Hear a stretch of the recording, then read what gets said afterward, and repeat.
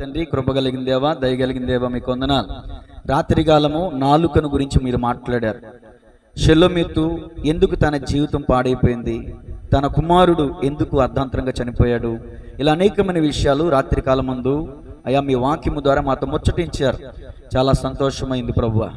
పరిశుద్ధాత్మ అభిషేకంతో మీరు నన్ను నిలబెట్టుకుని మాట్లాడుతుంటే, ఆత్మలో నేను పరవశిస్తూ ఉంటే ఆనందం మాటల్లో చెప్పలేను ప్రభువా. అయ్యా, ఈ స్థలంలో మరొకసారి నిలబడి అయ్యా నీ నామం పేరట నీ పక్షంగా నేను నిలబడుతున్నాను. మీరు యెహోవా పక్షపు వారైనడలా ఆయన మీ పక్షంగా ఉంటాడని వాక్యం చెప్పింది కదా ప్రభువా. నరపుత్రుడా, నువ్వు నిలబడు, మాట్లాడేది నేనని సెలవిచ్చారు కదా ప్రభువా. కాబట్టి అడుగుతున్నాను అయ్యా, నన్ను అభిషేకించండి, బలపరచండి, మీ నామానికి మహిమకరంగా వాడుకొని వచ్చిన వారందరిని బట్టి మీకు వందనాలు, రాలేకపోయిన వారిని బట్టి మీకు వందనాలు. రాలేకపోయారా, రాగలిగి వీళ్ళు ఉండి రాలేదా, సమస్తం మీకు తెలుసు అయ్యా. ప్రతి వారి పరిస్థితిని మీ హస్తాలకు అప్పగిస్తున్నాను, మీ హస్తాలకే అప్పగిస్తున్నాను. సహాయం చేయండి. ప్రతి ఒక్కరు కూడా మానక ప్రతి ఆదివారం మందిరానికి రాగలిగిన కృప బిడ్డలందరికీ దయచేయండి. సంఘ బిడ్డలను యూట్యూబ్ ద్వారా వీక్షిస్తున్న వారిని ప్రతి వారిని జ్ఞాపకం చేసుకోండి. ఈ సమయంలో ప్రార్థనా పూర్వకంగా సిద్ధపడిన ఈ వర్తమానాన్ని అందించడానికి సిద్ధపడుతుండగా నన్ను మరుగుపరచని మీరు బయలుపడండి. కాని మాట నోట రానియద్దు ప్రభువా. నా పెదవుల్ని కాల్చండి, నా పెదవుల్ని కాల్చండి అయ్యా. మీ చిత్తానుసారమైన మాటలే నా నోటి అందించమని యేసయ్య నామములో అడిగి వేడుకొనుచున్నాము తండ్రి, ఆమేన్. అందరికీ వందనాలండి, అందరికీ వందనాలు. God bless you. కొంచెం అటు జరిగితే నాకు కనిపిస్తారు మీరు కూడా. ఓకే, ప్రతి ఆదివారం రాజులను గురించిన వర్తమానం మనం వింటున్నాం. మరి ఈ పూట కూడా రాజులను గురించిన వర్తమానమే మనం వినబోతున్నాం. గత వారం ఇజ్రాయేలు రాజు గురించి యెహోరాం, అహాబు కుమారుడు అహజ్యా చనిపోయిన తర్వాత అహజ్యా కుమారుడు యెహోరాం రాజయ్యాడు. ఇంచుమించు 5-6 అధ్యాయాల చరిత్ర చెప్పాను. నేను అడుగుతున్నాను, సమాధానం చెప్పండి. గత శని ఆదివారం రానివారు, ప్రయాణాలలో ఉన్నవారు వచ్చిన తర్వాత విన్నారా లేదా? విన్నారా రాజుల వర్తమానం? వినలేదమ్మా. స్త్రీల వర్తమానం విన్నారా? పోనీ సిప్పోరా. దేవుడు మిమ్మల్ని దీవించును గాక. ఈరోజు ఇంటికి వెళ్ళిన తర్వాత వంట చేసుకుంటా ఫోన్ పక్కన పెట్టుకుని యెహోరాం చరిత్ర వినండి. దైవజనుడిని పడుతున్న ప్రయాసం మీకు అర్థం కావట్లా. తల్లిదండ్రులు ఎంత కష్టపడి వడ్డించిన తర్వాత పిల్లోడు తిన్నోని మారం చేస్తే మీకు ఎంత బాధ కలిగిద్ది? నాకు అంత బాధ కలిగిద్ది. దయచేసి యెహోరాం గురించి వినండి. ఆ తర్వాత మీ ఇష్టం. సతీష్ కుమార్ గారి వినండి, జైపాల్ గారి వినండి, షాలం రాజు గారి వినండి, మీ ఇష్టం. మొదట ఆత్మీయ సంఘానికి ప్రాధాన్యత ఇవ్వాలి కదా. స్వప్న గారు ఉన్నారు, వెళ్తూనే వినేశారంట సిప్పోరా గురించి. మరలా ఫోన్ చేసి చెప్తున్నారు, అయ్యా మోషేని మార్గ మధ్యలో ఎందుకు చంపదలిచి ఉన్నాడు అన్న విషయం ఇప్పటివరకు నాకు తెలియదు, వాక్యమే నాకు తెలుసుకున్నాను అన్నారు. సంతోషం వస్తుందా రాదా నాకు? మరి ఎక్కడో ఆత్మీయ బిడ్డలు ఎవరో, మరి అంటే క్షమించాలి ఎవరో అన్నందుకు మనందరూ ఒకే సిలువ రక్త సంబంధులమే. మరి మన ఆత్మీయ బిడ్డలు నాకు ఎందుకు అలా రెప్పలే ఇవ్వట్లేదు అంటే సరిగ్గా వినట్లేదు అన్నమాట. అయ్యా ఈ విషయం నాకు తెలియదు ఇప్పటివరకు. అంటే నామోసి అయ్యామన్నా ఇప్పటివరకు ఇన్ని సంవత్సరాలు అయిందా, ఇన్ని సంవత్సరాల వయసులో, ఇన్ని సంవత్సరాల ఆత్మీయ జీవితంలో ప్రయాణంలో ఈ విషయం నాకు తెలియదా, ఈ సంగతి దేవుడు నాకు బయలుపరిచాడు, ఈ సంగతి నేను ఈసారి తెలుసుకున్నాను అని ఎవరైనా ఒక మాట చెప్తారేమో అని ఎంతో ఆశపడతా ఉంటాను నేను. బయట నుంచి వచ్చే ఆ ప్రోత్సాహం సంఘంలో నుంచి రాకపోవటం చాలా విచారకరంగా ఉంది. గత ఆదివారం చెప్పాను, కామెంట్ చేయండి అమ్మా, లైక్ చేయండి, షేర్ చేయండి అని. ఎంతమంది చేశారు నాకు తెలియదు. మీకు రూపాయి కూడా ఖర్చు అవ్వదు. మీ గ్రూపులకి, మీకున్నటువంటి బంధువులకి, స్నేహితులకి షేర్ చేయండి వాక్యాన్ని. అడుక్కుంటున్నాను నేను, అడగట్లా. దేవునికి స్తోత్రం కలుగును గాక. దేవుడు మిమ్మల్ని దీవించును గాక. ఆమేన్. సరే, వాక్యంలోనికి వెళ్దామా? రాసుకోండి. ఈరోజు యోధా రాజుల్లో నుంచి 10వ సంఖ్య, 10వ రాజు ఎవరు? ఉజ్జియా. రాసుకోండి త్వరగా. క్రీస్తు పూర్వం 792 నుంచి 740 సంవత్సరం వరకు పరిపాలన చేశాడు. 792 టు 740, 52 సంవత్సరాల పరిపాలన. రాసుకోండి, 52 సంవత్సరాల పరిపాలన. ఉజ్జియా అనే మాటకు అర్థం ఏంటి? యెహోవాయే నా బలం. ఏదమ్మా జాబిల్ రాస్తుందా? ఓకే, యెహోవాయే. ఒక ప్లేట్లో ముగ్గురు తినేస్తారా? 3 ప్లేట్లు ఉన్నాయిగా, మరి 3 పుస్తకాలు ఉండాలా? ఏసు రక్తమే. సరే, రెఫరెన్స్లు చెప్తాను, రాసుకోండి. రాజుల 2వ గ్రంథం 15వ అధ్యాయం 1 నుంచి 7 వచనాలు. ఉజ్జియా గురించి ఎక్కడెక్కడ ఉంటుందో చెప్తున్నాను. 2వ రాజులు 15 1 నుంచి 7 వచనాలు. తర్వాత 2వ దినవృత్తాంతములు 26వ అధ్యాయం అంతా 1 నుంచి 23 వచనాలు. నేను చెప్పిన ఈ 2 రిఫరెన్స్ల్లో హిస్టరీ ఉంటుంది. మత్తయి సువార్తలోనూ బహుశా ఇంచుమించు సువార్తల్లో వంశావళిలో కూడా ఉజ్జియా పేరు ఉంటుంది. ఆ తర్వాత యెషయా గ్రంథం 6వ అధ్యాయం 1వ వచనంలో కూడా ఉజ్జియా గురించిన సందర్భం మనం చూడవచ్చు. ఉజ్జియా మృతి, అది తర్వాత ఆఖరిలో నేను చెప్తాను. సరే, సబ్జెక్టు వైపుకి రండి. ఉజ్జియా గురించి ఈరోజు నేను చెప్పబోతున్నాను. 5 విషయాలు పొందుపరిచాను. ఈ ఒక్క రోజులోనే ముగిస్తాను, 2-3 వారాలు పొడిగించను, కానీ ఈ ఒక్క రోజులోనే ఉజ్జియా గురించి ఆరంభిస్తాను, ముగించేస్తాను. దేవుని స్తోత్రం చెప్పండి గట్టిగా, హల్లెలూయా. సరే, మంచిది. ఉజ్జియా ఎవరి కుమారుడు? అమజ్య కుమారుడు. యోధరాజుల 9వ రాజు అమజ్య కుమారుడు. ఈ ఉజ్జియా యొక్క స్వభావం ఎలాంటిది? ఈ ఉజ్జియా ఎలా పరిపాలన చేశాడు? ఈ ఉజ్జియాన్ని బట్టి మనం ఏం నేర్చుకోవాలి అనే విషయాలు ఈరోజు మనం ధ్యానం చేయబోతున్నాం. జాగ్రత్తగా చూడండి. రాజుల 2వ గ్రంథం 15వ అధ్యాయం 1 నుంచి 7 వచనాలు చదువుతున్నాను, జాగ్రత్తగా ఆలకించాను. ఇజ్రాయేలు రాజైన యెరోబాము ఏలుబడిలో 23వ సంవత్సరమందు యూదా రాజైన అమజ్యా కుమారుడైన అజర్యా. ఈరోజు మనం ఎవరి గురించి వినబోతున్నాం? ఉజ్జియా. చెప్పరే, మరి ఇక్కడ ఏమనుంది? ఉజ్జియాకి మరొక పేరు అజర్యా. ఓకేనా, కన్ఫ్యూజ్ అవ్వకండి. దినవృత్తాంతముల గ్రంథంలో ఉజ్జియా ఉంటుంది, రాజుల గ్రంథంలో అజర్యా ఉంటుంది. మీకు అన్ని వివరిస్తున్నాను. అజర్యా ఏలన ఆరంభించాడు. అతడు 16 ఏండ్ల వాడ ఏలన ఆరంభించి యెరూషలేములో 52 సంవత్సరములు రాజుగా ఉండాను. అతని తల్లి యెరూషలేము కాపురస్తురాలైన యెకొల్యా. ఇతడు తన తండ్రి అయిన అమజ్యా చర్య అంతటి ప్రకారము యెహోవా దృష్టికి నీతి గలవాడే ప్రవర్తించాను. ఉన్నత స్థలములను మాత్రము కొట్టివేయలేదు. ఇక్కడే వస్తుంది సమస్య. ఉన్నత స్థలముల యందు జనులు ఇంకనూ బలులు అర్పించుచు దూపం వేచి ఉండిరి.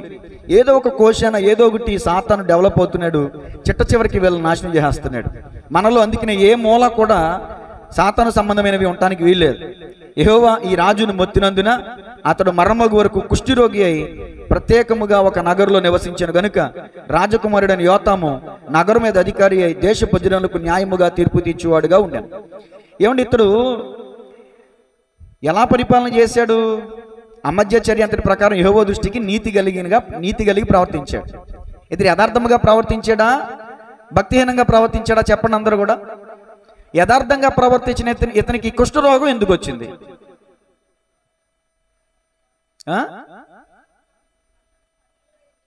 అది కాదు, అది మామూలుగా చెప్పాను క్యాజువల్గా.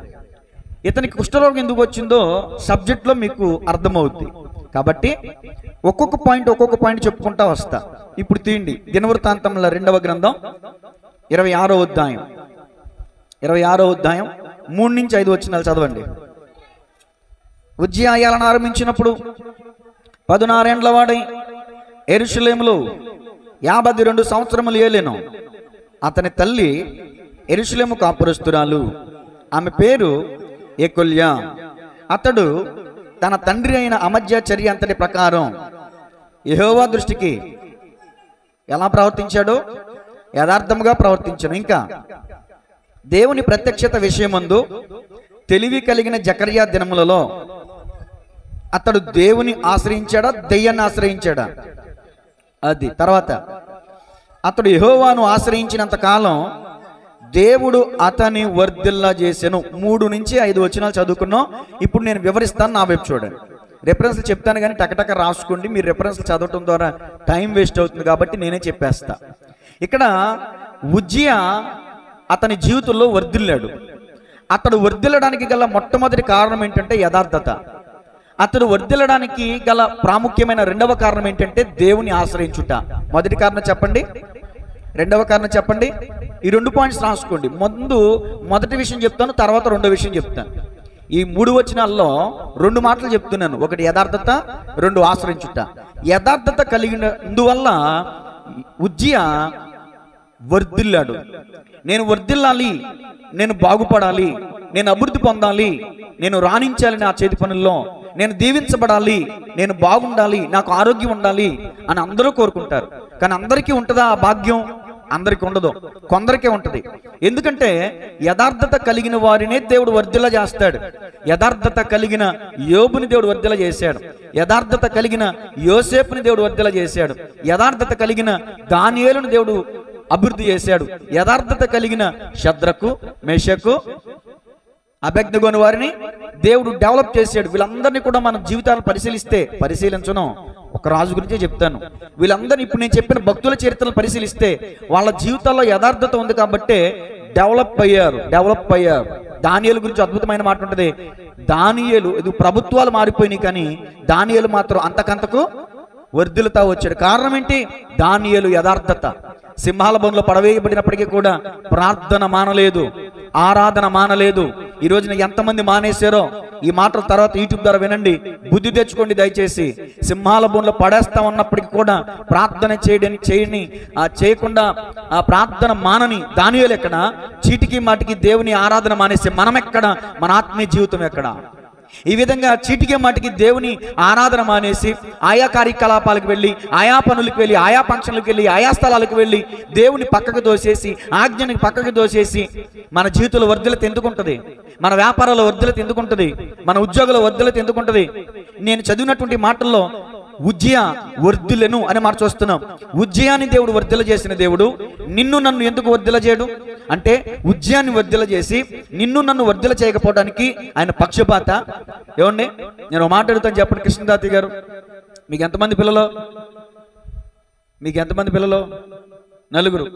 నలుగురు అంటే ఒకే ఇష్టమా, లేకపోతే ఒకళ్ళంటే ఇష్టం లేదా? నలుగురికి ఒకే ప్రేమను అందిస్తాడు ఆయన. ఎందుకని? తన కడుపును పుట్టిన బిడ్డలు కాబట్టి. మరి మనందరూ సిలువ రక్త సంబంధులం కాదా? మరి యేసయ్య అందరిని ఒకేలా ప్రేమించడా? యేసయ్య అందరిని ఒకేలా అభివృద్ధిపరచడా? మరి ఎందుకని కొందరు రోగాల్లో ఉన్నారు, కొంతమంది ఆరోగ్యం కలిగి ఉన్నారు? ఎందుకని కొంతమంది నష్టపోతున్నారు, కొంతమంది లాభాన్ని పొందుకుంటున్నారు? ఎందుకని కొంతమంది డెవలప్ అవుతున్నారు, కొంతమంది అనగారిపోతున్నారు? కారణం దేవునిలో లేదో, నీలో నాలోనే ఉంది. మన క్రియలను బట్టే మన జీవితం ఉంటుంది, మన ప్రవర్తన బట్టే మన జీవితం ఉంటుంది. మొట్టమొదటి మాట రాసుకోండి, యథార్థముగా ప్రవర్తించిన ఉజ్జియా యథార్థముగా ప్రవర్తించాడు కాబట్టి వర్ధిల్లాడు. ఈ మాటను బట్టి నువ్వు నేను నేర్చుకోవాల్సిన పాఠం ఏంటంటే, ఒకవేళ ఈ రోజున నా జీవితంలో యథార్థత లేదేమో పరిశీలన చేసుకుందాం. భార్య భర్త దగ్గర యథార్థత కలిగి ఉండాలి, భర్త భార్య విషయంలో యథార్థత కలిగి ఉండాలి, పిల్లలు తల్లిదండ్రుల దగ్గర యథార్థత కలిగి ఉండాలి, తల్లిదండ్రులు పిల్లలకి ఇచ్చే విషయంలో యథార్థత కలిగి ఉండాలి. ఎక్కువ తక్కువ ఇవ్వడానికి వీల్లేదు. సరైన గుండు ఆయనకి ఇష్టం. కుమారుడికి ఎంత అయితే ఇచ్చారో కుమార్తెకి అంత ఇవ్వాలి. అది వాక్యం ప్రకారం మనం చూస్తే. ఆడపిల్లకి ఎలాగా, మగపిల్లాడికి అలాగా కాదు. సరైన గుండానికి ఇష్టం. నువ్వు మగబిడ్డని ఎంత ప్రేమించావో ఆడబిడ్డని అంత ప్రేమించాలి. ప్రేమలో పక్షపాతం ఉండడానికి వీల్లేదు. ఎందుకో తెలుసా? మనం ఆరాధిస్తున్న దేవుడు, మనం ప్రేమిస్తున్న దేవుడు ప్రేమాస్వరూపి. ఆయన ప్రేమై ఉన్నాడు. ఆయన ప్రేమలో కపటం లేదు, స్వార్థం లేదు, పక్షపాతం లేదు. దేవునికి స్తోత్రం కలుగునుగా. మరి నీ ప్రేమలో నా ప్రేమలో ఎందుకు పక్షపాతం ఉండాలి? తండ్రి ఏమో పెద్ద కుమారుని ఇష్టపడతాడు, తల్లి ఏమో చిన్న కుమారుని ఇష్టపడుతుంది. అది పక్షపాతం కాదా? దేవుణ్ణి బట్టి, వాక్యాన్ని బట్టి మనం నేర్చుకునేది ఏంటి? సరే, నా సబ్జెక్ట్ క్రాస్ అవుతుంది, వాక్యంలోనికి వస్తున్నాను. ఎవరు వర్ధిల్లుతారు చూడండి. సామెతల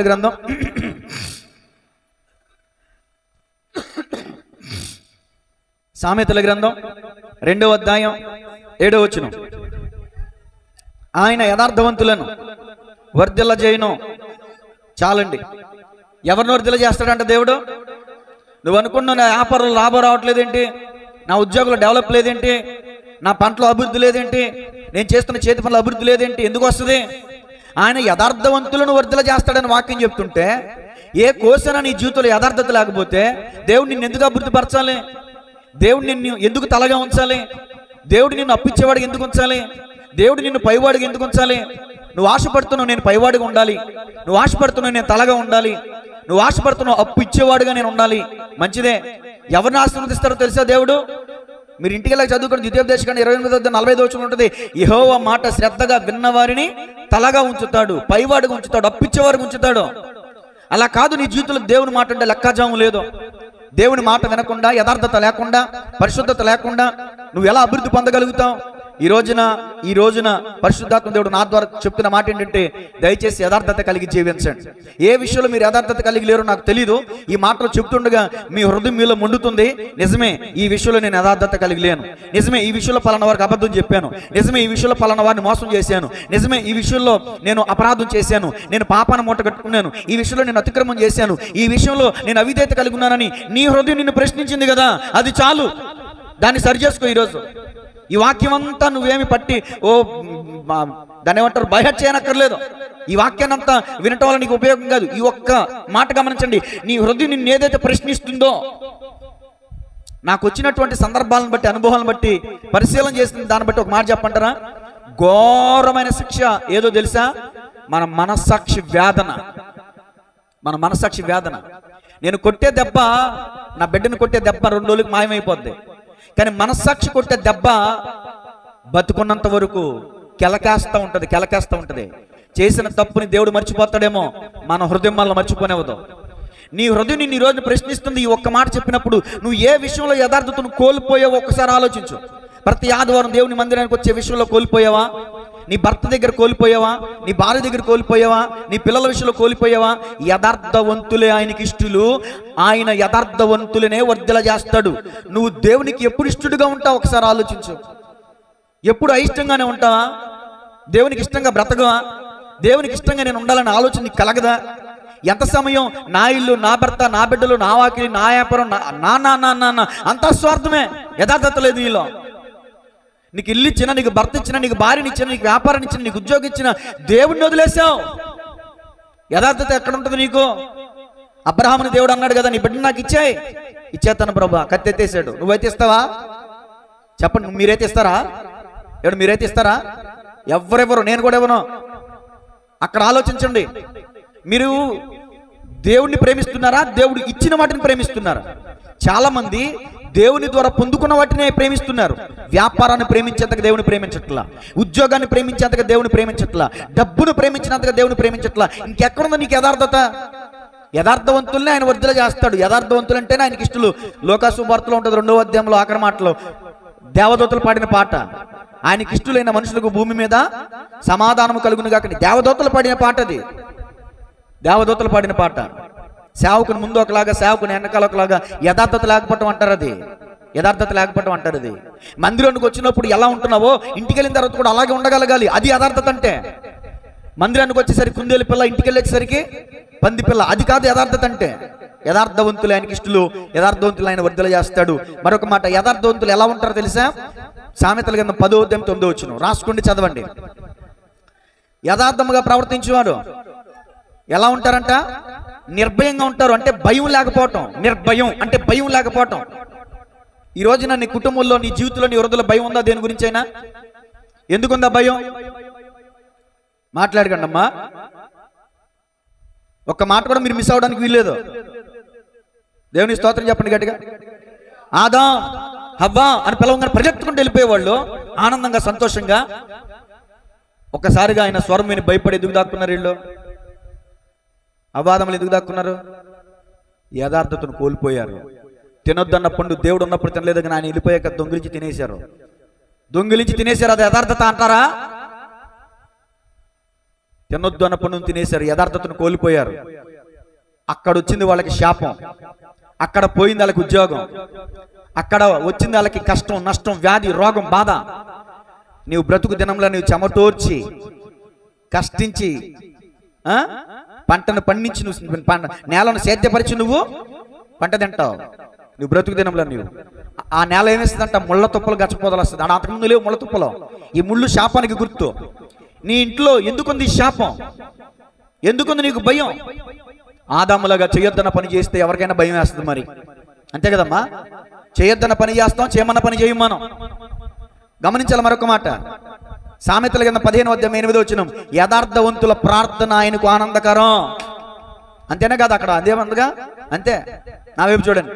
ఎవరి ప్రార్థన అంటే ఆయనకి ఆనందం? ఏమా? ఇప్పుడు నేను ప్రశ్న అడుగుతా రజనీ గారు, ఈ పెద్ద కుమార్తె అంటే ఆనందం మీకు అడిగితే మీకు ఏదైనా ఆనందం వస్తుందా? చిన్న కుమార్తె అడిగితే ఏదైనా ఆనందం వస్తుందా? ముందు భయం వేస్తుందంట అమ్మగారికి. అంటే గొంతెమ్మ కోరికలన్నీ అడిగేస్తున్నారు అనమాట.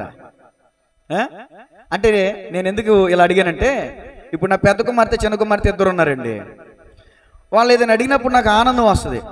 ఎప్పుడు తెలుసా? వాళ్ళ నా మాట విన్నప్పుడు. నా మాట వినకపోతే వారం నుంచి అడుగుతున్నారు. వాళ్ళ మీద కనికరం పుట్టలేదు నాకు. డాడీ పుస్తకాలు తా, డాడీ డాడీ పుస్తకాలు తా, డాడీ. ఎందుకు తేవాలి? సందు దొరికితే ఫోన్ ఇచ్చుకుని కూర్చొని మీకు పుస్తకాలతో పని ఏంటి? చదువు పట్ల మీకు ఆసక్తి ఎక్కడుంది మీకు? ఎందుకు తేవాలి పుస్తకాలు? అసలు స్కూల్లో వేస్తానో కూడా ఈయన కూడా నాకు తెలియదు. అర్థమవుతుందా? తండ్రి మాట విన్నప్పుడే కదా మీకు పుస్తకాలు, బ్యాగులు, డ్రెస్సులు, ఫీజులు, వేల రూపాయలు తగలెట్టి. ఎందుకంటే మాకు తిప్పలో మీరు చూసేదాం సెల్ ఫోన్. డాడీ చర్చిలోకి వెళ్ళాడా? వెళ్ళాడు. ఎక్కడుంది ఫోను? అది యథార్థత అంటారా? దౌర్భాగ్యం లక్షణం అంటారు. నా పిల్లల్ని తిడుతున్నాను అనుకోమాకండి. నా పిల్లల స్థానంలో మిమ్మల్ని మీరు పెట్టుకుని అలాగే మీరు కూడా ప్రవర్తించారనుకో, అది కూడా దౌర్భాగ్యమే. ఎవరి ప్రార్థన దేవునికి ఆనందం అంటే, నా బిడ్డలు ఏదైనా అడగగానే నేను ఎప్పుడు తెస్తానో తెలుసా? వాళ్ళు ప్రార్థన చేస్తే నాకు ఆనందం, వాళ్ళు మోకాళ్ళు వేస్తే నాకు ఆనందం, వాళ్ళు బైబిల్ చదివితే నాకు ఆనందం, నేను చెప్పిన మాట వింటే నాకు ఆనందం. నా భార్య ఉంది, వాక్యం చదివాక వాళ్ళకి టిఫిన్ పెట్టంట. టిఫిన్ పెట్టేస్తుంది కానీ వాక్యం చదివేస్తుంది. ఆనందమా నాకు? పాస్టర్ గారు ఈ సరుకు తీసుకురా. నేను తీసుకురాను. ఎందుకు తీసుకురావాలి?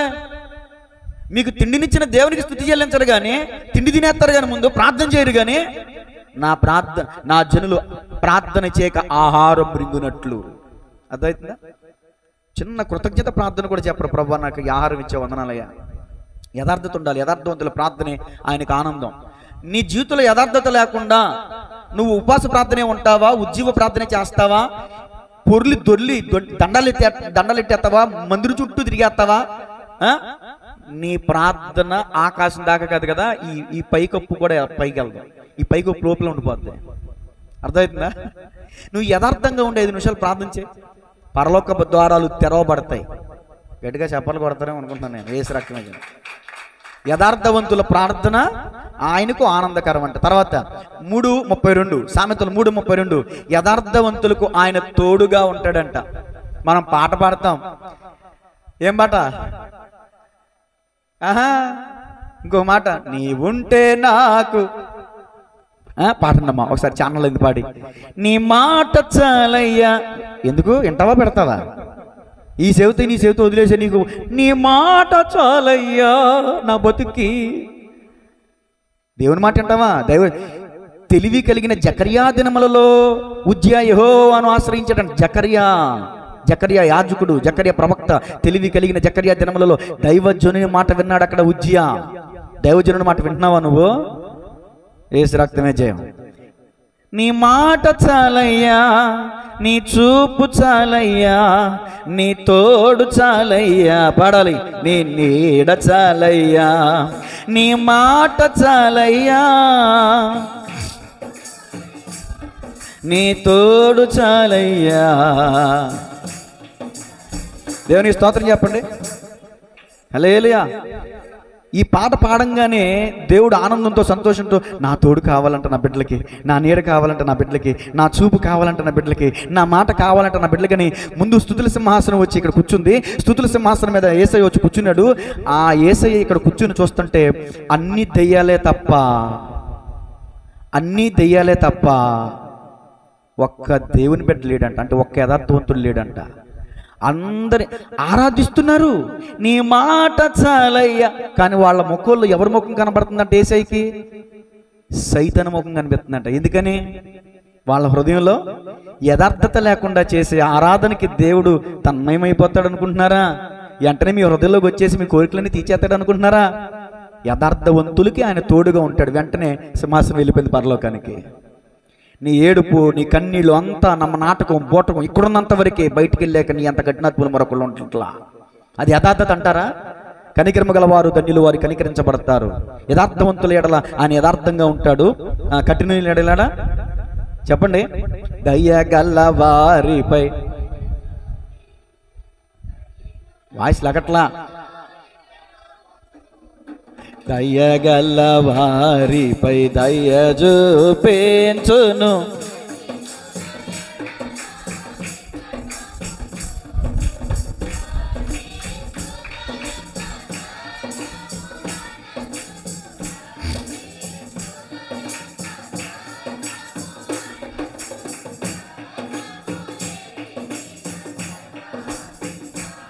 ఆమేన్.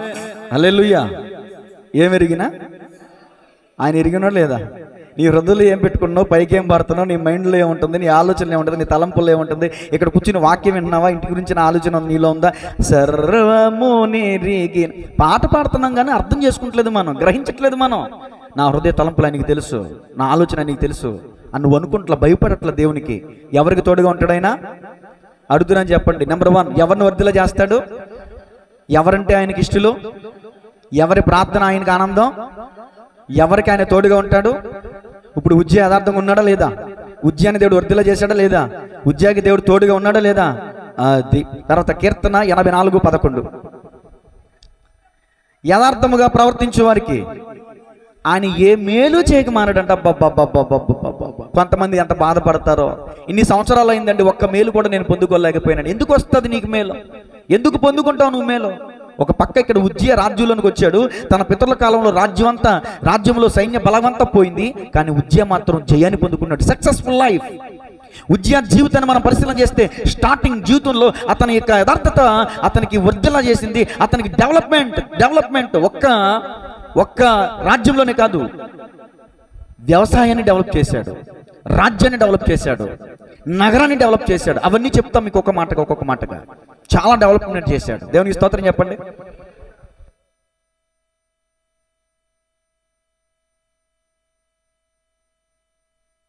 మీకు అర్థం అవడం కోసం చెప్పా. అలా డెవలప్ చేశాడు ఉజ్జయ రాగానే. దేవునికి స్తోత్రం చెప్పండి గట్టిగా.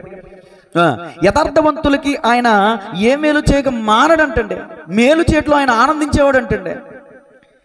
నువ్వు యథార్థంగా ప్రవర్తిస్తే దేవుడికి ఎందుకు మేలు చేయడు? అసలు అన్యులకైనా దేవుడు మేలు చేస్తాడు యథార్థంగా ఉంటే. దేవుడు నమ్ముకుంటేనే కాదు, ఆయనకి యథార్థత అంటే అంత ఇష్టం. ఎందుకంటే ఆయన యథార్థత కలిగిన వాడు కాబట్టి, ఆయనలో ఏ కపటం లేదు కాబట్టి, ఆయనలో ఏ మోసం లేదు కాబట్టి, ఆయన బిడ్డలు ఆయనలా ఉండాలని కోరుకుంటున్నాడు కాబట్టి. నీ దేవుడు నేను యెహోవా నాకు నేను పరిశుద్ధుడును కనుక మీరును కావాలి పరిశుద్ధత కావాలి, యథార్థత కావాలి దేవునికి. తర్వాత సామెతల గ్రంథం 20:7 కొంతమంది అంటారు, నీతికి ఏడిస్తే దేని ముఖం వాసిపోయామంట? నీతికి ఏడిచి కూడుకు ముఖం వాసిపోయామంటారు కదా. అలాంటి వాళ్ళకి ఒక మాట, అబ్బా యథార్థవర్తన యొక్క నీతిమంతుని పిల్లలు వారి తదనంతరం ధన్యులు. అమ్మా, అక్క, చెల్లి, తమ్ముడు, అన్న, నువ్వు అంటున్నావు కదా ఈ మాట. ఏం యథార్థత, ఏం పరిశుద్ధత, ఏమి నీతి, ఏమి న్యాయం. నీతి న్యాయానికి పోయేమో ఇలా ఎడుతున్నావు, అక్రమంగా అన్యాయంగా ఎదిగిపోతున్న వాళ్ళు ఉన్నారు. మరి వాళ్ళ పరిస్థితి ఏంటి? నువ్వు ఎవరిని చూడాలి అసలు? నేను డైలీ చదువుతున్న అధ్యాయాల్లో నిన్న చదివిన అధ్యాయాలు క్లారిటీగా ఉంది. క్లారిటీగా ఒక భక్తుడు ఇలా చెప్తున్నాడు. నిన్నేం చదివాను కీర్తన చెప్పండి అమ్మా, త్వరగా అందించండి. 90 92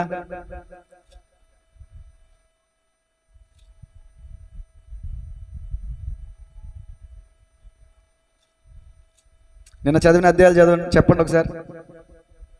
శనివారం తీయండి మన వాట్సాప్ గ్రూపు. నేను ఏమేమి అధ్యాయాలు చదివాను తెలుస్తుంది అమ్మా. 64 ఓకే, నేను ఎక్కడికో వెళ్ళిపోయా. 64, 67, 68, 69, 68 అనుకుంటా, లేదా 69. భక్తుడు ఇలా అడుగుతాడు దేవుణ్ణి, అయ్యా భక్తిహీనులు చిగురిస్తున్నారయ్యా, వాళ్ళు ఎందుకు వాళ్ళ డెవలప్మెంట్ అవుతున్నారయ్యా, నేనేమో ఇలా ఉన్నాను అని భక్తుడు అడుగుతున్నాడు. సర్లేండి, తర్వాత మీకు రెఫరెన్స్ పెడతాను. దేవుని స్తోత్రం చెప్పండి గట్టిగా. ఆ చివరి మాటలు చదివాక నాకు సంతోషమైంది. నాకే కాదు, ఇలాంటి మాటలు మాట్లాడే వాళ్ళందరికీ సంతోషం అవుతుంది. వాళ్ళు కాలు జారడానికంటండి త్రుట్లో కాలు జారు స్థలంలో పెట్టాడంట దేవుడు. వాళ్ళు పచ్చిక ఉదయాన్నే మొలిచి సాయంత్రానికి వాడబడిపోయినట్టు వాళ్ళు అలాగే డెవలప్ అవుతారు, కానీ క్షణంలో మాయమైపోతారంట. క్షణంలో. అర్థమవుతుందా?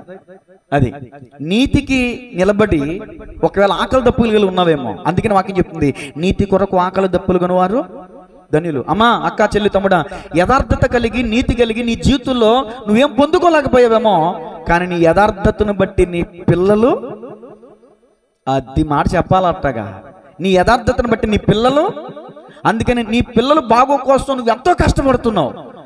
ఆ కష్టంలో యథార్థత లేకపోతే చాలా భయంకరం. ఒక మాట చెప్తాను వినండి. ఓ దైవజనుడు బలి అర్పించాడు. బలి అర్పణ మాంసం అక్కడ కాలుతూ ఉంది. కాలక ముందుగా బలి అర్పించే టైంలో అగ్ని వేయక ముందు ఓ గ్రద్ద వచ్చింది. ఆల్రెడీ కింద మండుతుంది, కానీ పైన మంటలేదు, కింద మండుతుంది. ఓ మొక్కించుకుని ఎవరికి అర్పించింది అది? చెప్పండి, ఎవరికి అర్పించింది? దేవునికి యాజకుడు అర్పించాడని చెప్పాను కదా. ఎవరు అర్పించారు? యాజకుడు ఎవరికి? దేవునికి అర్పించిన బలి మాంసాన్ని ఒక ముక్క అలా పట్టుకుని పిల్లలకి తీసుకెళ్ళి పెట్టింది. పిల్లలకి తీసుకెళ్ళి దాన్ని ఏమంటారు, నెక్స్ట్ గూళ్ళో పెట్టింది. పెడితే ఆ మాంసం కింద ఒక నిప్పు రవ్వ ఉంది, అంటే నిప్పు కనిక అంటారు కదా, అది ఉంది. అది కొద్ది కొద్దిగా గాలికి రగులుకుని రగులుకుని రగులుకుని ఒకసారిగా బగ్గుమనేది కాలిపోయి పిల్లలన్నీ చచ్చిపోయినాయి. అది ఏదైనా ఆహారం తెస్తే అలా జరిగేదేమో కాదు, కానీ దేవునికి బలి అర్పించిన మాంసం యథార్థత ఉండాలి. ఈరోజు నువ్వు అక్రమంగా అన్యాయంగా నువ్వు కష్టించి పనిచేసే ప్రతి రూపాయి కూడా నీ పిల్లలకి శాపమై ఒడిలో పడద్దే, కానీ అది ధన్యం కాదు. యథార్థత కలిగి ఉన్నావు, నీతి కలిగి ఉన్నావు, కష్టాలు అనుభవిస్తున్నావు, పడు, తప్పలేదు, కానీ నీ పిల్లలు సుఖపడతారు. దేవునికి స్తోత్రం కలుగునుగా. నా పిల్లలు సుఖపడాలని చెప్పేసి ఎక్కడ లేని నోళ్లు కొట్టేసి, ఎక్కడ లేని అక్రమాలు చేసి, ఎక్కడ లేని వ్యాపారాలు చేసి నీ పిల్లలు బాగుండాలంటే నీ పిల్లలు బాగోరు, అన్ని విషయాల్లోనూ బాగోరు. ఇది వాస్తవం, పక్కా. దేవుని స్తోత్రం చెప్పండి గట్టిగా. నీ పిల్లలు ధన్యులు అవ్వాలంటే నువ్వు యథార్థత కలిగి నడుచుకో అమ్మా. సామెతల కింద 16:17. అసలు యథార్థత అంటే ఏంటి? చెడుతనము విడిచి నడుచుటయే అది యథార్థవంతులకు రాజ్య మార్గం. నీలో చెడుతనం ఏదైనా ఉందేమో చూడు. చెడు మాటలు, చెడు పనులు, చెడు చూపులు, చెడు ఆలోచనలు, చెడు తలంపులు నీలో ఉన్నాయేమో చూడు. వాటన్నిటిని విడిచిపెట్టే, అప్పుడే నువ్వు యథార్థత కలిగిన వాడు అవుతావు. తర్వాత యోబు గ్రంథం 31:9. చెడుతనము విసర్జించిన వాడు యోబు ఏమంటాడో తెలుసా? ఈ స్థలంలో, ఈ వచనాల్లో, నేను హృదయమున పరస్త్రీని మోహించిన ఎడల నా పొరుగువాని భార్య పొంచిన ఎడల నా భార్య వేరొకరిని తిరగలి విసురును. మొదటి వచనంలో అంటాడు, నా కన్నులతో నేను నిబంధన చేసుకున్నాను, కన్యకను నేను ఎలాగునా. 99% ఈ రోజున పాపలో పడిపోవడానికి గల కారణం ఏంటంటే చూపులో యథార్థత లేదు, చూపులో పరిశుద్ధత లేదు. అందుకని పెద్దోళ్ళు అంటారు, చూస్తే చేస్తావు అంటారు. చెప్పండి, చూస్తే చేస్తావు. చిన్నప్పుడు ఇంత ఉండే పిల్లలు మేము వస్తుంటే దారిలో ఒక దృశ్యం కనిపించింది. అక్కడ పోలీసు వారు వచ్చారు. ఎందుకు వచ్చారు నాకు తెలియదు, కానీ రే అలాంటి చూడకూడదా, వెళ్ళిపోండి అన్నారు. ఎందుకని? చెడ్డ వాటిని చూస్తే చెడు చేయాలని ప్రేరేపిస్తుంది కాబట్టి.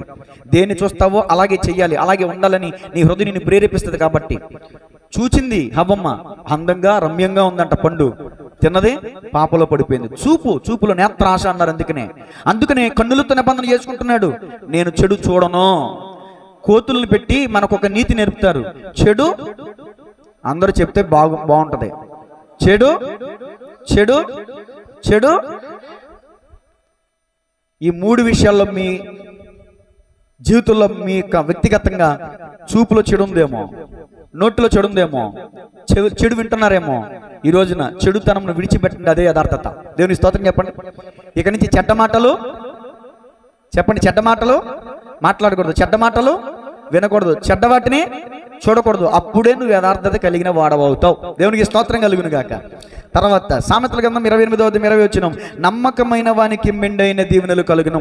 ఇలా నువ్వు యథార్థంగా ఉంటే నీ చూపులో, నీ నోటిలో, నీ చెవిలో ఉన్న ఆ భక్తిహీనతను లేదా ఆ చెడును నువ్వు తీసివేసుకోగలిగితే, నువ్వు నమ్మకంగా దేవుని సందులో జీవించగలిగితే, నమ్మకస్తుడైనటువంటి మోషేని అభివృద్ధి చేసినట్లుగా, ఇశ్రాయేలులకు నాయకుడిగా చేసినట్లుగా నిన్ను కూడా ఓ గొప్ప అధికారిగా చేయబోతున్నాడు నా యేసయ్య. గట్టిగా చప్పట్లు కొట్టి దేవుని మహిమపడదాం. మొదటి మాటను ముగించానండి. ఏంటి మొదటి మాట? అది నేను ఇప్పుడు టకటకామని అడుగుతాను, చెప్పండి. యథార్థవంతులే ఆయనకు ఇష్టం, యథార్థవంతులనే ఆయన వర్ధిల్ల చేస్తాడు, యథార్థవంతులకి ఆయన తోడుగా ఉంటాడు, యథార్థవంతుల ప్రార్థనే ఆయనకు ఆనందకరం. మరి యథార్థత కలిగి ఉంటారా? యథార్థత అంటే ఏంటో కూడా చెప్పా. ఒకవేళ మీరు యథార్థత కలిగి ఏం పొందుకోలేకపోతే మీ పిల్లలైనా ధన్యులు అవుతారని కూడా చెప్పా. రెండో మాట చెప్పండి, అది కొంచెం గట్టిగా చెప్పండి. ఆశ్రయించుట. ఎవరిని ఆశ్రయించాలి? దేవుణ్ణి ఆశ్రయించినందున ఇతనికి ఏం జరిగిందో చూద్దాం. 2వ దినవృత్తాంతములు 26:6 నుంచి 6. అతడు బయలుదేరి ఫిలిష్తీయులతో యుద్ధము చేసి గాతు ప్రాకారమును, ఎబ్నే ప్రాకారమును, అష్డోదు ప్రాకారమును పడగొట్టి అష్డోదు దేశములోను ఫిలిష్తీయుల ప్రదేశములలోను ప్రాకారములను కట్టించెను. ఫిలిష్తీయులతోనూ గూర్బయలలో నివసించిన అరబీలతోనూ మెహూనీయులతోనూ అతడు యుద్ధము చేయగా దేవుడు అతనికి సహాయము చేసెను. అమ్మోనీయులు ఉజ్జియాకు పన్నిచ్చువారైరి. అతడు అధికముగా బలాభివృద్ధి నొందిన గనుక అతని కీర్తి ఐగుప్తు మార్గ ప్రదేశములన్నిటను. ఇప్పుడు నా వైపు చూడండి, దేవుని స్తోత్రం చెప్పండి గట్టిగా. ఇక్కడ అష్దోదు, ఫిలిస్తీన్ల ప్రాంతంలో ఉన్నటువంటి అష్దోదు ఇంకా ప్రాకారం పడగొట్టి అష్దోదు దేశంలోను ఫిలిస్తీన్ల ప్రదేశంలోను ప్రాకారములను కట్టించాను. ఇక్కడ వాటిని ఎందుకు పడగొట్టాడు? ఫిలిస్తీన్ల 5 ప్రాముఖ్యమైన పట్టణాలు, గాతు, అష్దోదు, ఇలా ఉంటాయి. 5 ప్రాముఖ్యమైన పట్టణాలు ఉంటాయి. అదేనండి, ఇప్పుడు మందసాన్ని ఫిలిస్తీన్లు ఒఫ్నీ ఫినెహాసుల చేతుల్లోంచి తీసుకెళ్ళిపోయిన తర్వాత 5 ప్రాంతాలు తిరిగి వస్తుంది కదా మందసం. ఆ 5 ప్రాంతాలకి సాదృశ్యం ఏంటంటే 5 ప్రాంతాల్లో దేవతలు ఉంటాయి. వాటిని పడగొట్టాడు అన్నమాట. వాటిని పడగొట్టి మనోడు ఆక్రమించుకున్నాడు, లేదా మనోడు స్వాధీనపరుచుకున్నాడు. మనోడిదే. ఫిలిస్తీన్లతో నాటు నుంచి దావీదు ఉన్నప్పటి నుంచి కూడా, సౌలు ఉన్నప్పటి నుంచి కూడా ఫిలిస్తీన్లతో యుద్ధం ఎందుకో తెలుసా? ఆ ఫిలిస్తీన్ల భూమి కూడా ఇశ్రాయేలీయులకు దేవుడు ఇస్తానని వాగ్దానం చేశాడు కాబట్టి వాళ్ళని జయించాలి. వాళ్ళని ఓడిస్తేనే మనకు జయం కలుగుతుంది. ఇప్పుడు నువ్వు నేను ఓడించాల్సింది ఏంటంటే శరీర క్రియలను, శరీర కార్యములను ఓడించాలి. ఏమి సక్సెస్ఫుల్ లైఫ్ అంటే ఆత్మీయంగా ఆత్మ ఫలం కలిగి మనం జీవించాలి. సరే, నేను సబ్జెక్ట్లోకి వస్తున్నాను. ఈ రెండో మాట ఏంటంటే యెహోవాను ఆశ్రయించి విజయం పొందిన ఉజ్జియా. రాసుకోండి, యెహోవాను ఆశ్రయించి. రెండో మాట. మొదటి మాట ఏమో యథార్థముగా ప్రవర్తించి వర్ధిల్లిన ఉజ్జియా. యథార్థముగా ప్రవర్తించి వర్ధిల్లిన ఉజ్జియా. రెండో మాట యెహోవాను ఆశ్రయించి, చెప్పండమ్మా, యెహోవాను ఆశ్రయించి ఏం పొందాడు? విజయం పొందిన ఉజ్జియా. ఎవరెవరి మీద? ఫిలిస్తీన్ల మీద. ఎవరో గూర్బోనీలో ఏదో ఉంది అక్కడ, వాళ్ళతో, ఇంకా మెహూనీయులతో, ఇంకా తర్వాత అమ్మోనీయులు కూడా పన్నిచ్చారంట. అమ్మోనీయులు కూడా పన్నిస్తానంటే దాని అర్థం ఏంటి? వాళ్ళు కూడా వీళ్ళకి ఎంత ఉన్నారని అర్థం.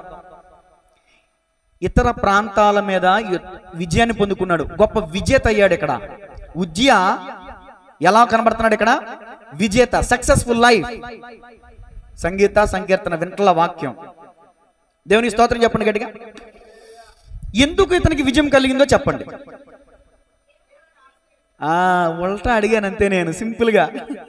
నేను మీకు ఇచ్చిన టైటిల్కి కొంచెం వ్యతిరేకంగా అడిగా. బాగా చెప్పారు. రెఫరెన్స్ కూడా చూపించిన. ఈ మాట వినటం ద్వారా నీకేంటి ఉపయోగం?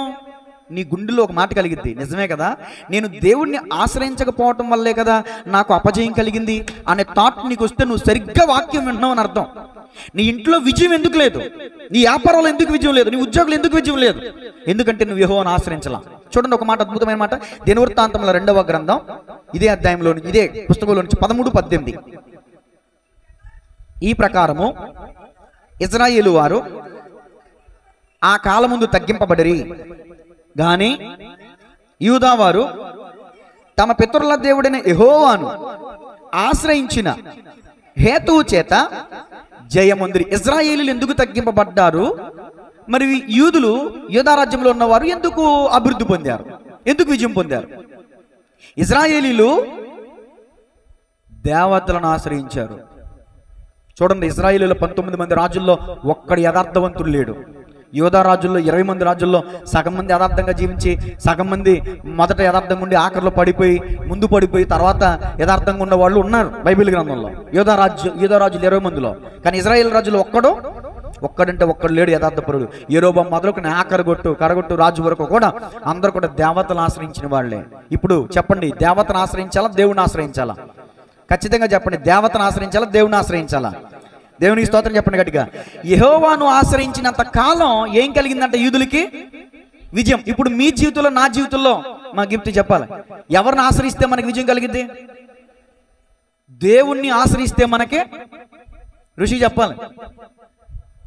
నీ ఎగ్జామ్స్లో, నీ చదువులో నీకు విజయం కావాలని నువ్వు ఎవరిని ఆశ్రయించాలి? దేవుణ్ణి ఆశ్రయిస్తావా? సోదమ్మ దగ్గరికి వెళ్తావా? సోది చెప్పించుకునే దగ్గరికి. చిలక జ్యోతిష్యం దగ్గరికి వెళ్తావా? జాతకం చెప్పించుకుంటావా? జ్యోతిష్యం దగ్గరికి వెళ్తావా? నేను బాగా చదవగలనా లేదా? నాకు ఉద్యోగం వస్తుందా లేదా? వెళ్తావా అక్కడికి?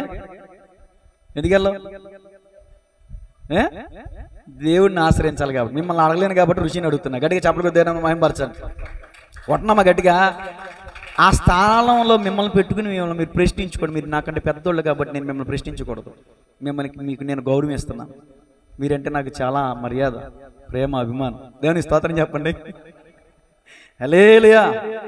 సరే, యెహోవాను ఆశ్రయించిన ఎవరో ఉజ్జియా విజయాన్ని పొందుకున్నాడండి. దేవుణ్ణి ఆశ్రయిస్తే నీకు విజయమే కాదు, మరొక మాట కీర్తన 5:11 నిన్ను ఆశ్రయించే వారందరూ అది అమ్మ స్వాతి గారు, ఏరు మీ సిస్టర్ గారు ప్రతి వారం ఫోన్ చేసి నడిపించాల దేవుని మందిరానికి. ఏమన్నా వెంకటేష్ గారు, ఎంతమంది స్నేహితులు నీకు? ఒక్క స్నేహితుడన్న మందిరాన్ని నడిపిస్తున్నావా? అసలు నీకు మందిరంలో సంతోషం వస్తే, మరి మా మందిరానికి వస్తే సంతోషరా, మా మందిరంలో అడుగు పెడితే బాధ అంతా పోయిద్దిరా, అప్పులలో ఎవరు గుర్తురారా, దేవుడు ప్రశాంతంగా వాగ్దానం ఇస్తాడరా, దేవుడు సంతోషం ఇస్తాడరా అని నువ్వు అనుభవిస్తే ఆ సంతోషాన్ని ఇతరులకు చెబుతావు వెళ్ళి. అంతే కదా? దేవుని సన్నిధిలో ఏముంటాయి? నీ సన్నిధిని సంపూర్ణ సంతోషం కలదు, నీ సన్నిధిని నిత్య సుఖ శాంతులు కలవు. ఎక్కడున్నాయి? లోకంలో ఉందా సంతోషం? క్లబ్లో ఉందా? బీచ్లో ఉందా? బీచ్కి తీసుకెళ్ళి డాడీ, బీచ్కి తీసుకెళ్ళి డాడీ. ఇంటి పైన ఉన్న మందిరానికి రా డాడీ ముందు. నువ్వు బీచ్లోకి వెళ్ళి కొట్టుకుంటే ఆయుషం తప్ప ఏమవుతుంది? నీ బొంద నీరసం తప్ప. ఈ మధ్య అసలు మరీ దారుణంగా తగ్గిపోయినాయి అక్కడ వాటర్ ఎలా ఉన్నాయండి? బాగున్నాయా? అక్కడికి వెళ్దాం, ప్రార్థన చేయి. ఏసు రక్తమేజయం. ఇక్కడ మన ఆంధ్రప్రదేశ్లో ప్రజల్లాగా నీళ్లు కూడా కులిపోతున్నాయి. డ్రైనేజీ కొంపు, బీచ్లో తానం చేస్తలేదు, మురుగు నీళ్ళలో తానం చేస్తున్నట్టుంది. అక్కడ పూడుతున్నారా? దానివల్ల ఇది అంత మాత్రం ఇంకో మాట చెప్పారు, ఎవరికన్నా వస్తే బయటికి ఎక్కడ వెళ్తారు అందులోనేనట్టు అన్ని ఏసు రక్తమేజయం. ఆ మాట చెప్పాక అసలు దగ్గర బుద్ధి అవట్లా. అర్థమైంది నా మాట? క్షమించాలి. ఆ మాటలు చెప్పిన కాడి నుంచి అసలు దిగబుద్ది అవట్లా. ఈ పిల్లలేమో సెలవులు అయిపోయినాయి, ఈ రోజైనా తీసుకెళ్ళి డాడీ అంటున్నారు. వాళ్ళ ముఖాలు చూస్తుంటే దయా, జాలి, కరుణ అన్ని పుట్టుకొచ్చేస్తున్నాయి పాపం. ఏసు రక్తమేజయం. ఇదిగో మీకు మాట ఇస్తున్నా, మీ తాత తీసుకెళ్ళమంటే తీసుకెళ్తా, మధ్యాహ్నమే తీసుకెళ్తా. అసలు ఒప్పు కూడా నాకు, అందుకని అక్కడే పెట్టే లింక్. దేవుని స్తోత్రం చెప్పండి గట్టిగా. అప్పుడు నేను మంచోడిని అవుతాను. అది సరే. దేవుణ్ణి ఆశ్రయిస్తే సంతోషం కలిగిద్దమ్మా. తాయిత్తులు కాదు, ఆటలు కాదు, ఈటలు కాదు. నువ్వు అక్కడెక్కడికి వెళ్ళాల్సిన, నువ్వు దేవుని పెట్టబోయిన దెయ్యం పెడతాయి. దెయ్యం దగ్గరికి వెళ్తానంటే నేను అడుగుతున్నాను, చెప్పండి. సౌలు నువ్వు రాజుగా చేసింది ఎవరు? మీకు డౌటా? చెప్పండి గట్టిగా. దేవుడేగా. మరి సౌలు ఎక్కడికి వెళ్ళాడు విచారణ చేయడానికి? కర్ణ పిశాచి దెయ్యం దగ్గరికి వెళ్ళాడు.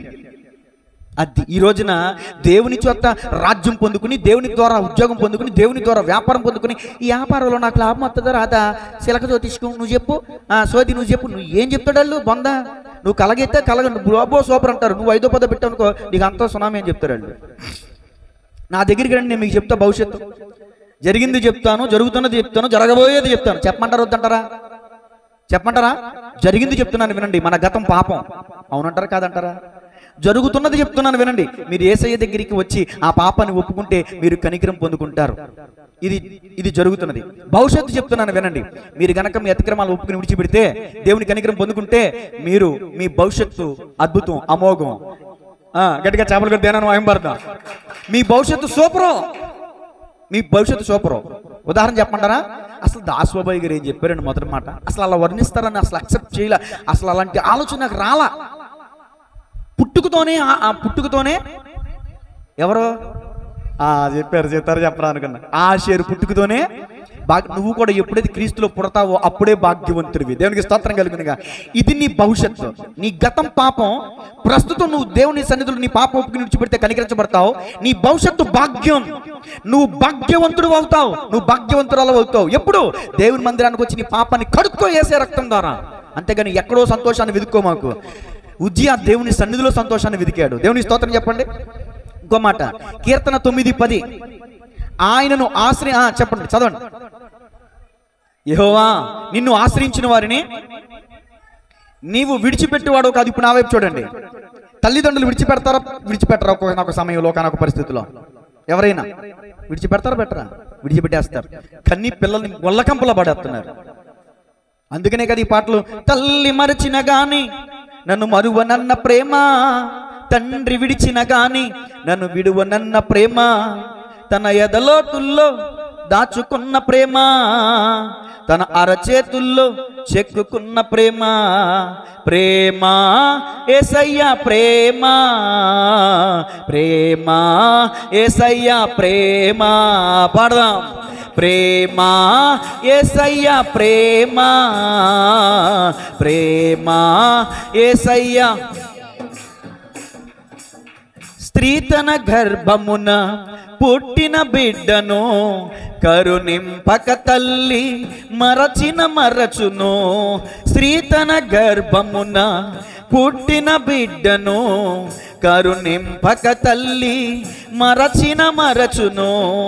నీవు ఎన్నడైనను నా యేసయ్యా, నీవు ఎప్పుడైనను విడువను మరువను ఎడబాయనంటివే, విడువను మరువను ఎడబాయనంటివే. నా మంచి దేవుడా, నమ్మదగిన దేవుడా, నా మంచి దేవుడా, నమ్మదగిన నాదుడా, అమ్మ కన్న మిన్నగా ప్రేమించు దేవుడా, నాన్న కన్న మిన్నగా నమ్మదగిన దేవుడా, నాన్న కన్న మిన్నగా నమ్మదగిన.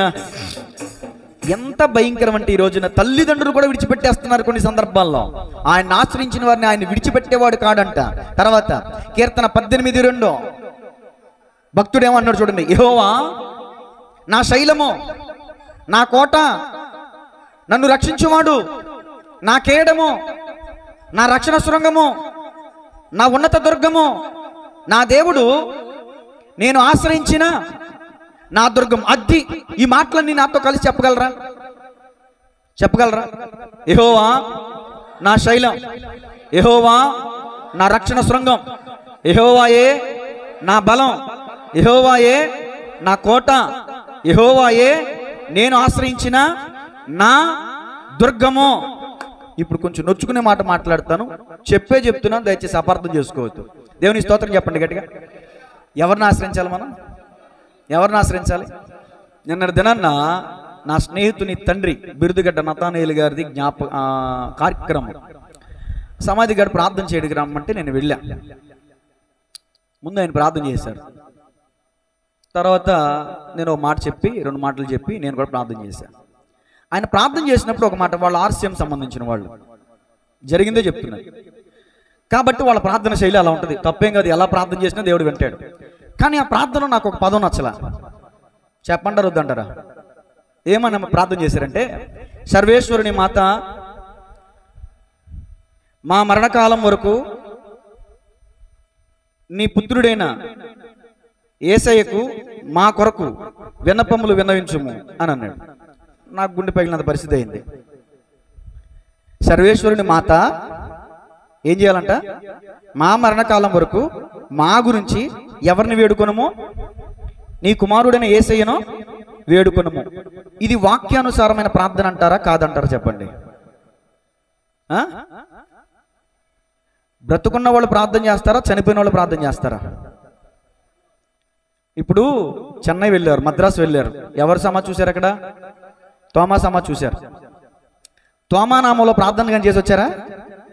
చేయలేదుగా. ఎందుకని? తోమా చనిపోయాడు. అర్థమవుతుందా? తోమా చనిపోయాడు. నేను ఒక ప్రశ్న అడుగుతాను, అద్భుతంగా మీరు చెప్పండి, మీకు అప్పుడు గ్రహింపు వస్తుంది. ఈ భూమి మీద పుట్టిన ప్రతి మానవుడు చనిపోయాడా చనిపోలేదా? ఆదాం మొదలుకుని నేటి వరకు అందరూ చెప్పండి, గట్టిగా చెప్పాలి ప్లీజ్. ఆదాం మొదలుకుని నేటి వరకు చనిపోయిన ప్రతి ఒక్కరు, పుట్టినది మొదలుకొని చనిపోయిన ప్రతి ఒక్కరు ఎక్కడున్నారు చెప్పండి? పరలోకంలోనే, భూమి కింద ఉన్నారు, పాతాళంలో ఉన్నారు. ఎవిడెన్స్ ఇమ్మంటారా? యేసయ్య ప్రభువు వారు చెప్పారు కదా, ధనవంతుడు ఎక్కడికి వెళ్ళాడు? పాతాళంలో మూల ఉన్నాడు. అదే స్థలంలో మరొక స్థలం, ఇక్కడేమో యాతన, పక్కన కొంచెం ఇటు వైపు ఉంటుంది. మీరు చూసినట్టు చెప్తున్నారు ఏంటండి అంటే, అక్కడ ఎవిడెన్స్లు అలా ఉన్నాయి. గుడ్ ఫ్రైడే మరుసటి రోజు శనివారం నేను వాక్యం చెప్పాను, ఆ వాక్యంలో ఉంటుంది ఈ వివరణ అంతా. ఇప్పుడు చెప్తే మళ్ళీ ఈ టైం మిస్ అయిపోతాం మనం. అర్థమవుతుందా? పరదైశ అనేది ఒక మూలలో ఉంటుంది, భూమి కింద పాతాళం ఉంటుంది. అందుకు యేసు ప్రభువు వారు చనిపోయిన తర్వాత ఆ పరదేశంలోకి వెళ్ళి చెరను చెరగా పట్టుకుని పోయాడు అని ఉంటుంది. ఆ చెరను చెరగా పట్టుకెళ్ళి ఎక్కడ పెట్టాడు అనేది తెలీదు. ఇప్పుడు ఇంకొక ప్రశ్న అడుగుతున్నా చెప్పండి. చనిపోయిన వారిలో సజీవుడై నేటికి నిలిచి ఉన్నది అంటే, నేటికి చనిపోయి మరలా బ్రతికి నేటికి సజీవంగా ఉన్న వాళ్ళు ఎవరో చెప్పండి. ఇంకెవరు లేరా? మరి ఎవరికి ప్రార్థన చేయాలి మనం? ఎవరికి ప్రార్థన చేయాలి? యేసయ్యకే ప్రార్థన చేయాలి. మనం తెలుసో తెలియకో మొక్కుబడులు మొక్కుకున్నాం, సరే. నిన్న యేసువర్ధన్ గారు అన్నారు, అయ్యా నా మనవడికి బాగోలేదని విజయవాడ వెళ్ళినప్పుడు అనేసుకున్నాను, ఈసారి నేను మొక్కు తీర్చేస్తాను, ఇక నుంచి నేను మొక్కుకొని అన్నారు. సరే, ఓకే. మన ఈ ప్రయాణం అంతట్లో ఫోటోలన్నీ బలి పెట్టేశారు. మొత్తం మీరు నుంచున్నది కూర్చున్నది లేచింది మొత్తం, ఆడుకునే వాళ్ళు ఎంటపడింది మొత్తం, బాబుజీ గారు మొత్తం పెట్టేశారు. భలే సంతోషమైంది, అన్నీ నవ్వుకున్నా. నిన్న సమాధి కాడ ఒక చిన్న మాటలో బాధ కలిగినట్టు ఒక ఫోటో కూడా నాకు చిన్న బాధ కలిగింది. ఒప్పుకోవాలి, మరి దయచేసి మీరు మన్నించాలి, డైరెక్ట్గానే చెప్తున్నా. అంటే మన ఆత్మబిడ్డలు రాసింది కాదు, వాళ్ళు రాయిస్తారు అలాగా. నేను అర్థం చేసుకుంటలోనే ఉంది పరమార్థం, వ్యర్థం చేసుకుంటలోనే ఉంది దుర్మార్గం. నేను ఆత్మబిడ్డలు అర్థం చేసుకున్నా, మీరు నన్ను కూడా అర్థం చేసుకోండి. ఆ టైటిల్ ఇప్పుడు పిన్ని బాబు ఇద్దరు కలిపి వాళ్ళకు ఉయ్యాలు ఇస్తూ అక్కడ ఒక టైటిల్ రాశారు. ఏమని రాశారంటే, మరియమాతను మేము వేడుకొనగా మరియమాత మాకు బిడ్డను అనుగ్రహించారు. నాకు తెలుసు మీరు రాయలేదని, వాళ్ళు రాయించారు లేదా ఆ స్లిప్ మీకు ఇచ్చారు, అంతే కదా. అది నేను చదివినప్పుడు వెంటనే ఫోన్ చేద్దాం అనుకున్నా, బాబాయ్ ఏంటి పరిస్థితి అని. సర్లే, ఇప్పుడు వాళ్ళు సంతోషంగా ఉన్నారు కదా. నాకు అర్థమైంది ఆల్రెడీ, వాళ్ళు రాసే పెడతారనుకుంటా. ఈ రైటింగ్ కాదు, చెల్లి రైటింగ్ కాదు, బాబాయ్కి రైటింగ్ రాదు, పిన్ని రైటింగ్ నాకు రోజు నెల చూస్తాను నేను, నెల చూస్తా. ఇది పిన్ని రైటింగ్ కాదు, చెల్లి రైటింగ్ కాదు, ఎవరి రైటింగ్ కాదు, వాళ్ళు రాసి ఇచ్చింది పేపర్. దీనికి మీకు అద్భుతం జరిగితే ఈ పేపర్ తీసుకోండి, మీకు అద్భుతం జరిగితే అంటారు, అది తీసుకుని వాళ్ళకి దైవజనులకు అప్పగిస్తారు. ఓకే, మనలో తప్పు లేదు. కానీ అక్కడ రాసిన సెంటెన్స్లో తప్పు ఉంది. ఎందుకంటే గర్భఫలము డాష్ ఇచ్చు బహుమానం యెహోవా అనుందా, మరియమాత అనుందా? యెహోవా నీ రాకపోకలేందో నిన్ను కాపాడును అనుందా, మరియమాత కాపాడును అనుందా? కాబట్టి నేను నాగపట్నం వెళ్ళటానికి, టూరిజం వెళ్ళటానికి వ్యతిరేకిని కాదు, కానీ కొన్నిటికి నేను వ్యతిరేకిని. రాళ్ళు కట్టడం, ఏమండి, ఇలాంటి మొక్కుబడులు మొక్కుకోండి, ఏసైకి మొక్కుకోండి. అక్కడ ఏసై విగ్రహాలు ఉన్నాయి కదా, పోనీ అర్థమవుతుంది. ఏసయ్య దేవునికి మొక్కుకోండి, అంతేగాని మనకి గర్భఫలం ఇచ్చేది దేవుడు, మరియమాత కాదు. మనల్ని కాపాడేది దేవుడు, మరియమాత కాదు. మనల్ని కాపాడేది దేవుడు, సమాధిలో ఉన్న తోమ కాదు. కాబట్టి నేటికి సజీవంగా ఉన్నది ఎవరంటే జీవము కలిగిన యేసయ్య మాత్రమే. ఆయన సజీవుడు. ఎన్ని రెఫరెన్స్లు ఇమ్మన్నా ఇస్తాను నేను. దేవుని స్తోత్రం చెప్పండి గట్టిగా, అర్థమైతే గట్టిగా చప్పట్లు కొట్టండి. భక్తుడు కీర్తనకారుడు అంటాడు, నా దేవుడే నా ఆశ్రయదుర్గం, యెహోవాయే నా శైలం, యెహోవాయే నా రక్షణ శృంగం, యెహోవాయే నా ఆశ్రయదుర్గం, ఆయనే నా కోట, ఆయనే నా బలము, ఆయనే నా ఆశ్రయదుర్గము. ఏం పాట అండి అది? నా శైలమా, నా దుర్గమా, నా కేడమా, నా సర్వమా, నీ కృపయే నన్ను బ్రతికించినది, ఎంతకాలము సజీవునిగా ఉంచినది, నీ కృపయే నన్ను. స్తోత్రం.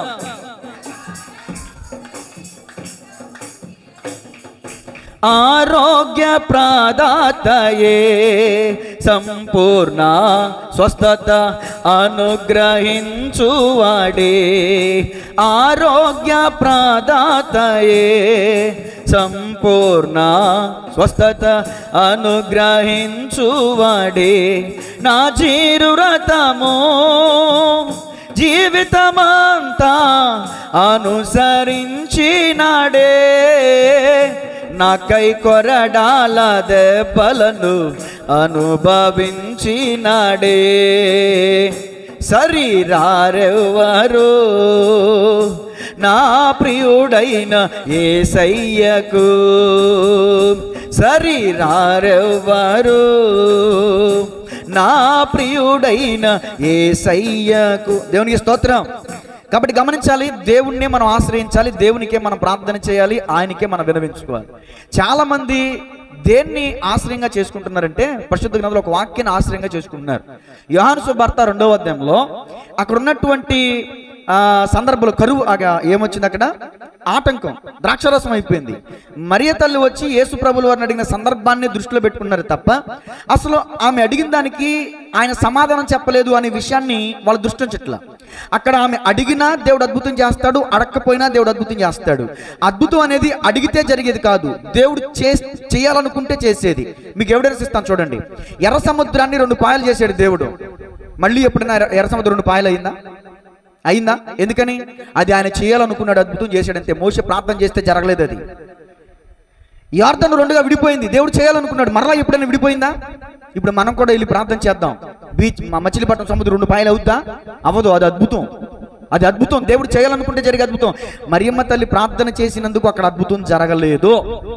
దేవుడు చేయాలనుకున్నాడు కాబట్టి అసలు అక్కడ సమస్య వస్తుందని ముందే దేవుడికి తెలుసు. అసలు దేవుడు అక్కడికి పిలవబడ్డాడండి. ఆయన ఉన్న చోట లోటేమి ఉంటుందా? ఉందా లేదా? బైబిల్లో యెహోవాను ఆశ్రయించే వారికి, ఇప్పుడు యేసు ప్రభుని పిలిచారు ఆ పెళ్లికి, ఆ పెళ్లిలో లోటు వచ్చింది. ఆ లోటును దేవుడు భర్తీ చేస్తాడా చేయడా? అడగంది అమ్మాయిని అన్నం పెట్టదు. కానీ నా యేసు ఎలాంటి తెలుసా? అడగక ముందే అక్కరలెరిగి అవసరాలు తీర్చిన మహనీయుడా, ఎందరు ఉన్నా బంధువు నీవే, బంధాలను పెంచిన భాగ్యవంతుడా, పదే పదే నేను పాడుకోనా, ప్రతి చోట నీ మాట నా పాటగా.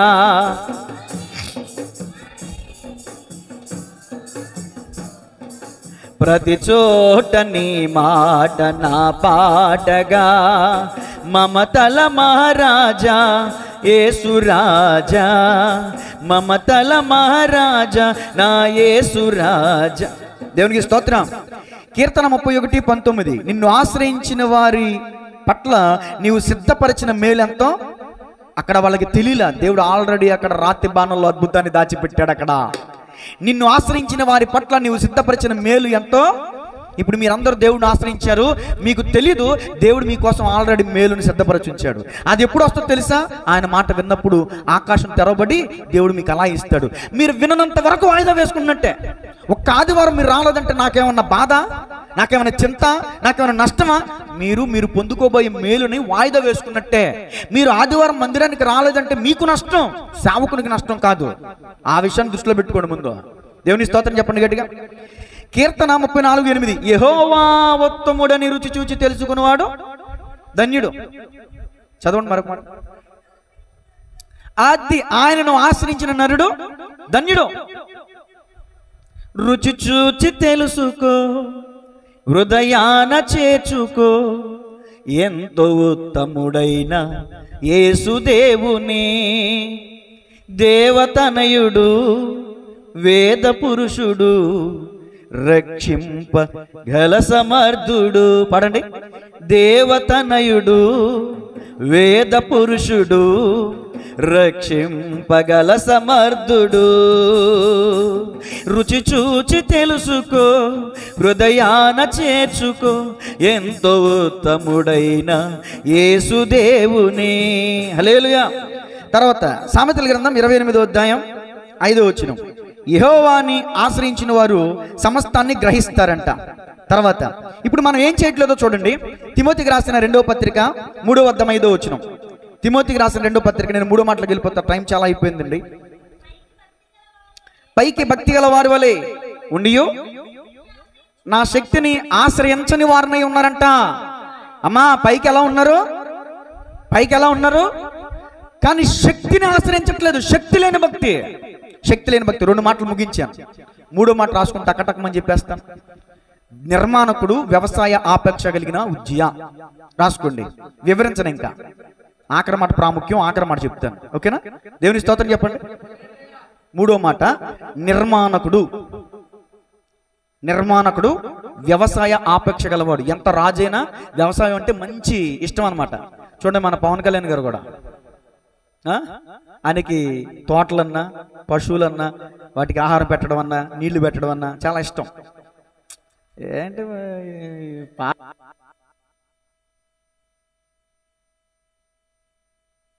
రక్తజయం.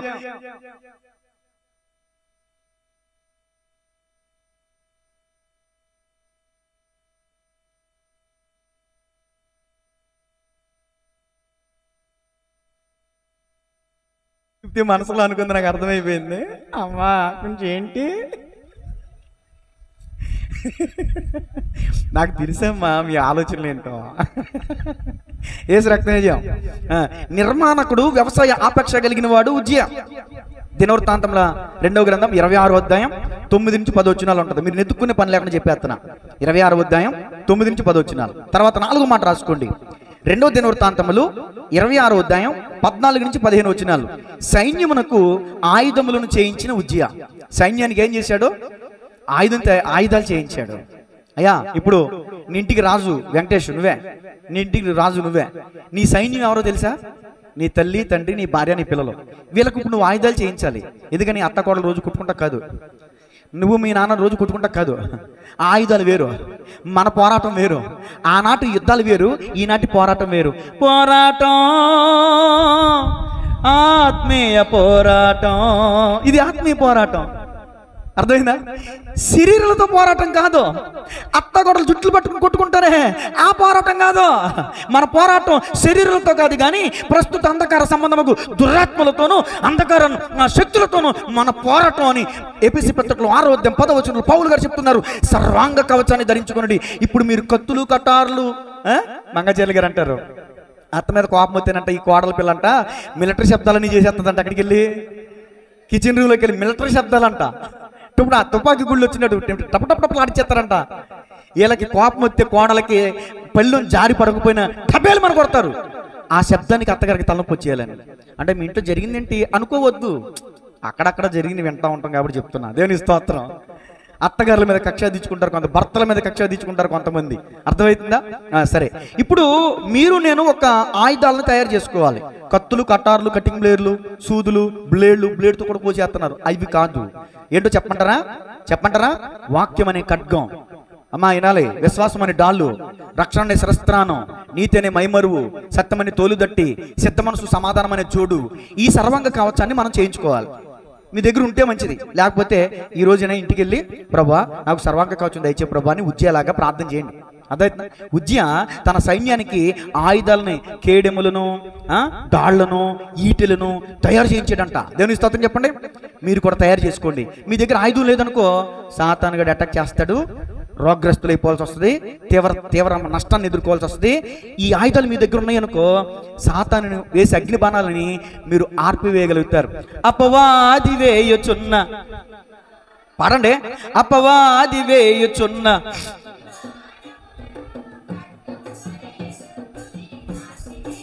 ఆగండి. మీరు ఆర్పివేయాలంటే మీ దగ్గర ఏముండాలి? ఖడ్గం అంటే ఏంటి? ఆత్మ ఖడ్గం, వాక్యం అనే ఖడ్గం. నా హృదయంలో నేను పాపం లక్ష్యము చేసినట్లు నీవు నా మనవి వినకపోవునన్నాడు.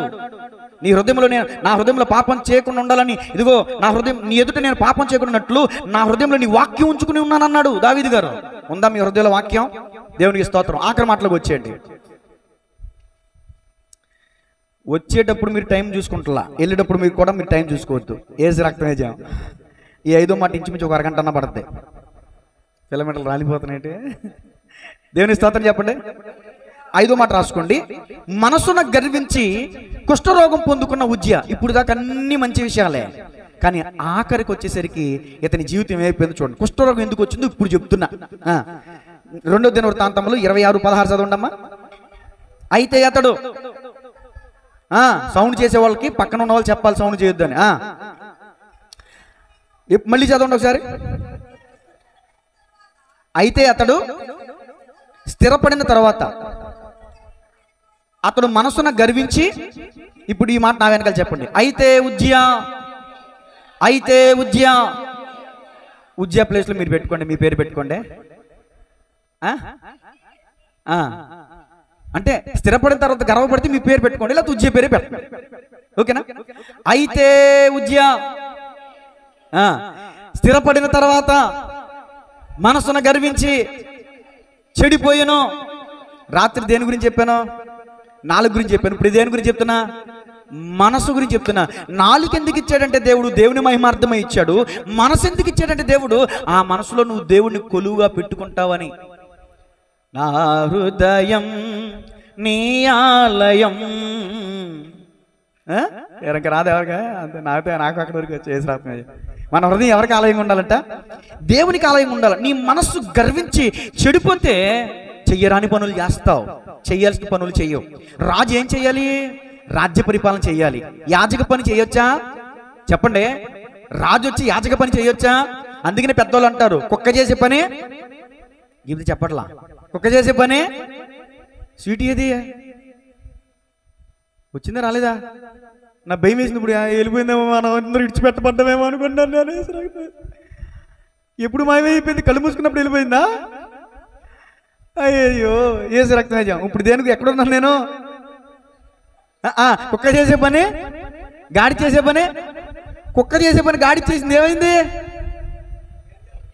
తొన్నులు దాన్ని తెల్లారపడి సచ్చూరుకుంది. అర్థమవుతుందా? కుక్క చేసే పని కుక్క చేయాలి, గాడి చేసే పని. రాజు నువ్వు రాజ్య పరిపాలన చేయాలయ్యా. యాజక సేవ నీకేంటి? ఒకసారి దేవుని మందిరంలోకి వచ్చేసాడు, ధూపం వేయడానికి తెగించాడు. యాజకులందరూ 80 మంది, ఇంచుమించు 80 మంది అడ్డుకుంటుంటే రాజు ఆగట్లా. రాజా నీకు తగదు, రాజా ఇది నీకు ఘనత కాదు, ఇంతవరకు నీకు ఘనత వచ్చింది కదా, ఇది కూడా చేసి నేను ఘనతకు అర్హుడు, ఘనత పొందుకుందాం అనుకున్నాడు. ఇప్పటి వరకు రాజు చేసిన పనులన్నింటిని బట్టి రాజుకి ఘనత కలిగింది. అతని కీర్తి ఐగుప్తు మార్గముల ఎంతంతటా వ్యాపించింది. ఇంకా ఇంకా అతనికి ఘనత రావాలనుకున్నాడు. కానీ ఘనతకు ముందే ఉండాలి, వినయం ఉండాలి. ఇతనికి వినయం ఉన్నంత కాలం ఘనత వచ్చింది. ఇప్పుడు ఘనతకు ముందు వినయం ఉండునంటే ఘనతకు తర్వాత ఏముండదని అర్థం? వినయం ఉండదని అర్థం. కాలి నడకన వచ్చినప్పుడు ఉన్న వినయం కారులో వచ్చినప్పుడు ఉంటుందా? చెప్పరే. కాటన్ సీరతో దేవుడి మందిరానికి వచ్చిన నీవు ఇప్పుడు ఉప్పాడ సీరతో 5,000 రూపాయలు ఉప్పాడ సీరతో వచ్చిన నీకు ఇప్పుడు కింద కూర్చోవు నువ్వు. ఇప్పుడు ఉప్పాడ కుర్చీలు పోతాయి. ఇక్కడ ఉప్పాడ సీర ఏమైపోవాలి? కింద కూర్చుంటే పేరు ప్రతిష్టలు ఏమైపోవాలి? కాలి నడకతో వచ్చినప్పుడు ఉన్న వినయం కారులో వచ్చినప్పుడు ఉంటుందా అన్నట్టు ఈయన గారికి వినయంగా ప్రవర్తించాడు, ఘనత వచ్చింది. ఇప్పుడు వినయం పోయింది. ఒకప్పుడు తెలివి కలిగిన జకర్యా దినములలో జకర్యా మాట విన్నాడు, ఇప్పుడు మాట వింటలా. దైవజనుడు అంటే లెక్కలేదు. ఎందుకని? నా దగ్గర ఆస్తుంది, నా దగ్గర రంగు ఉంది, నా దగ్గర పలుకుబడి ఉంది. అందుకని దైవజనుని కూడా లెక్క చేరి చాలా మంది దైవజనుని మాట వినట్లా. ఇక్కడ దైవజనులు ముత్తుకుంటున్నారు, అయ్యా నీ పని కాదయ్యా, అయ్యా నువ్వు ధూపం వేయకూడదయ్యా, యాజక పని అయ్యా, అది మేం చేయాలయ్యా, నువ్వు రాకూడదయ్యా అంటే మందిరంలోనికి వెళ్ళి సేవకులందరినీ తోసేసుకుని వాళ్ళందరినీ కన్నెర చేసి ధూపం వేయడానికి తెగించాడు ఉజ్జియా. వెంటనే ఏమైందో తెలుసా? దైవజనులు చూస్తూనే ఉన్నారు. నొసట కుష్ఠరోగం పుట్టి అపవిత్రుడైపోయాడు. పాత నిబంధన గ్రంథం ప్రకారం కుష్ఠరోగం అంటే అపవిత్రత. వెంటనే కుష్ఠరోగం ఎప్పుడైతే పుట్టిందో ఇక రాజును కూడా లేకుండా ఈడ్చుకుంటా అవతలకు తీసుకెళ్తుంటే తన పరిస్థితి తనకు కూడా అర్థమైపోయింది. నాకు కుష్ఠరోగం వచ్చింది, నేను వెళ్ళిపోవాలని అతను కూడా త్వరగా వెళ్ళిపోయే ప్రయత్నం చేశాడు. దేవుని మందిరం పరిశుద్ధమైంది, అపవిత్రులు ఉండకూడదు, కుష్ఠరోగులు రాకూడదు, కుష్ఠరోగులు అపవిత్రులు అంటరాని వారు అని పాలం వెలుపలకి వారిని తోసేసేవాళ్ళు. అలాంటి భయంకరమైన కుష్ఠరోగం రాజుకి ఎందుకు వచ్చిందో తెలుసా? మనసున గర్వించాడు. ఈరోజు నీ హృదయంలో మనసులో గర్వం ఉందేమో. నువ్వు అంతరంగ కుష్టు కలిగిన వాడివి. బాహ్య సంబంధమైన కుష్టే మెరుగు, కొంతకాలానికి తగ్గొచ్చు, తగ్గొచ్చు. నయమాన కుష్ఠరోగం పోలేదా? బాహ్య సంబంధమైన కుష్ఠరోగం పోతుందేమో, కానీ నీ అంతరంగ సంబంధమైన కుష్టు పోదు. అందుకనే భక్తి పాట రాశాడు, పాపపు కుష్టుతో పడి చెడినా ఈ పాపిని కరుణించితివి, పాపపు కుష్టుతో పడి చెడినా ఈ పాపిని కరుణించితివి, నా పాపడాగును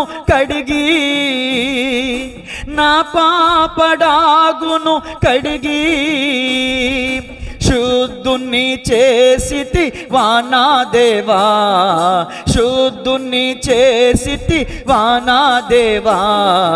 గురిలేని జీవిత నావా దరిజేరుటెన్నడు దేవా. దేవుని స్తోత్రం. అసలు నీ గురి ఏంటి? నీ గమ్యం ఏంటి? నువ్వు చేయాల్సిన పని ఏంటి?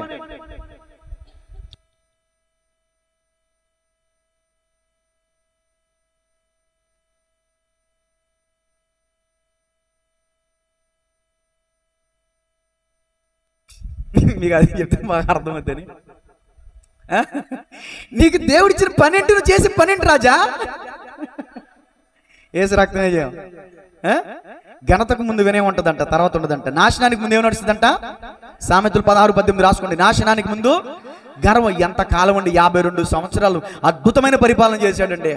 వర్ధిల్లాడండి, అభివృద్ధి పొందాడండి, పట్టణాలు కట్టించాడండి, వ్యవసాయాన్ని అభివృద్ధి చేశాడండి, రాజ్యాన్ని బలపరుచుకున్నాడండి, ఆ రాజ్యపు సైనికులకి ఆయుధాలను తయారు చేయించాడండి.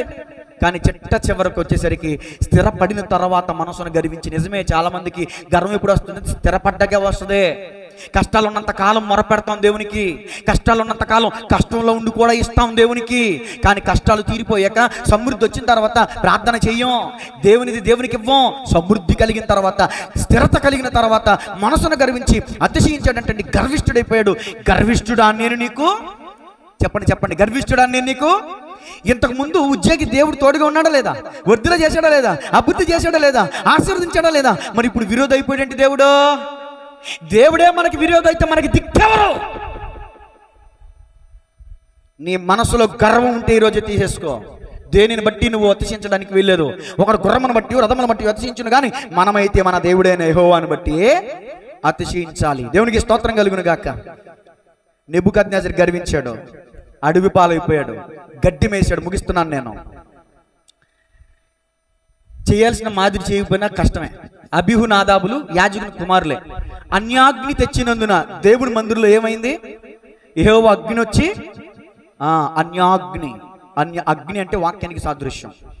అగ్ని అంటే చెప్పండి, నా మాట ఇదిగో ఇక్కడ చూడండి, నా మాట అగ్ని వంటిది కాదా? అన్యాగ్ని అంటే దేవుని మాట కాకుండా వేరొక అగ్ని, వేరొక మాట, దుర్బోధకులు ఉంటారు చూసారా, ఆ బోధకు సాదృశ్యం. మీరు దేవుని వాక్యానికి చెవి యొక్కండి, దుర్బోధకి చెవి యొక్కమాకండి. దేవుని వద్ద నుంచి అగ్ని వస్తుంది, జాగ్రత్త. దేవుని స్తోత్రం చెప్పండి.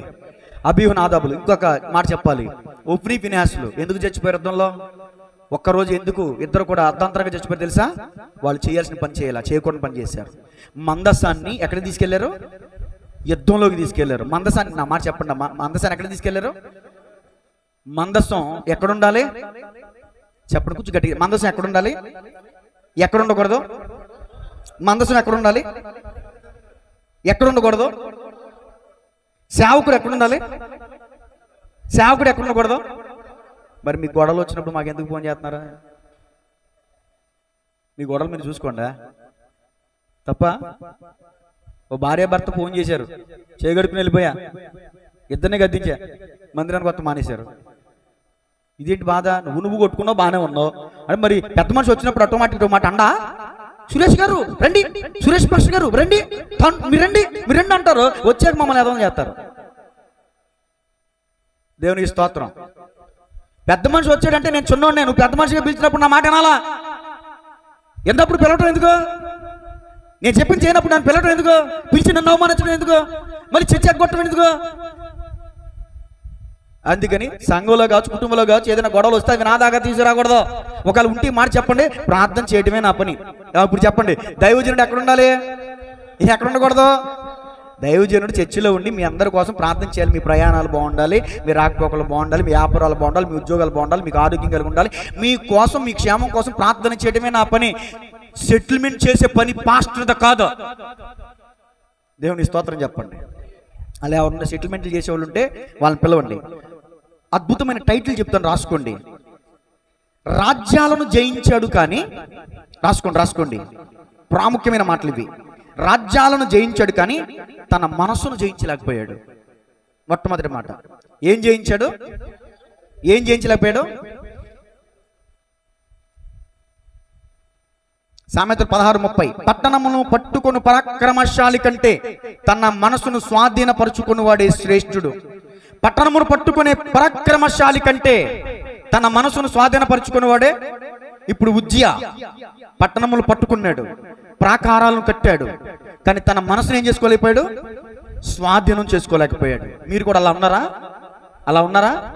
బాహ్యంగా సక్సెస్ఫుల్ లైఫ్ ఉంది, ఆత్మీయ జీవితంలో సక్సెస్ఫుల్ లైఫ్ ఉందా? చూడండి. తర్వాత రెండో మాట, గొప్ప నిర్మాణాలు కట్టాడు కానీ, నెంబర్ 2, గొప్ప నిర్మాణాలు కట్టాడు కానీ ఆత్మీయ జీవితంలో పడిపోయాడు. బాహ్యంగా మేడమిద్దులు కట్టావు, బాహ్యంగా పేరు ప్రఖ్యాతులు సంపాదించావు, కానీ ఆత్మీయ జీవితంలో పడిపోయావా? నీకు ఉద్యోగి పెద్ద తేడా లేదు. ఆఖరి మాట చెప్పి ముగిస్తా. ఆఖరి మాట, వ్యవసాయాన్ని అభివృద్ధి చేశాడు కానీ గర్వం అనే విత్తనం విత్తి నాశనం అనే పంట కోసాడు. గర్వం అనే విత్తనం విత్తి నాశనం అనే పంట కోసాడు. 5 విషయాలు చెప్పాను. ఈ 5 3 వివరించాను. 1, ఉజ్జేలాగా యథార్థంగా ఉండండి, వర్ధిల్లుతారు. 2, ఉజ్జేలాగా యెహోవాను ఆశ్రయించండి, విజయాన్ని పొందుకుంటారు. 3, ఉజ్జేలాగా మనసున గర్వించమాకండి, నాశనమైన మార్గాలకు వెళ్ళాల్సి వస్తుంది. తలలు వంచండి, ప్రార్థన చేసుకుందాం. సింపుల్. రాజ్యాలను జయించాడు కానీ తన మనసును జయించలేకపోయాడు. రాజ్యాలను జయించాడు కానీ తన మనసును జయించలేకపోయాడు. గొప్ప నిర్మాణాలు కట్టాడు కానీ ఆత్మీయ జీవితంలో పడిపోయాడు. వ్యవసాయం అభివృద్ధి చేశాడే కానీ గర్వం అనే విత్తనం విత్తి నాశనం అనే పంట కోసాడు. మన పరిస్థితి అలా ఉండకూడదు. ప్రార్థన. నువ్వు ఎన్నో గొప్ప కార్యక్రమాలు చేశావు, ఎన్నో సాహస కార్యక్రమాలు చేశావు, కానీ ఉపయోగం ఏంటి? చిట్ట చివరికి వాటన్నిటిని బట్టి నేను కాబట్టి చేశాను అనే గర్వం నీకు వచ్చిందా? నేను కాబట్టి నా పిల్లలు పెంచాను, నేను కాబట్టి నా పిల్లలు ఇంత చదివించాను, నేను కాబట్టి నా పిల్లల కోసం రెక్కలు.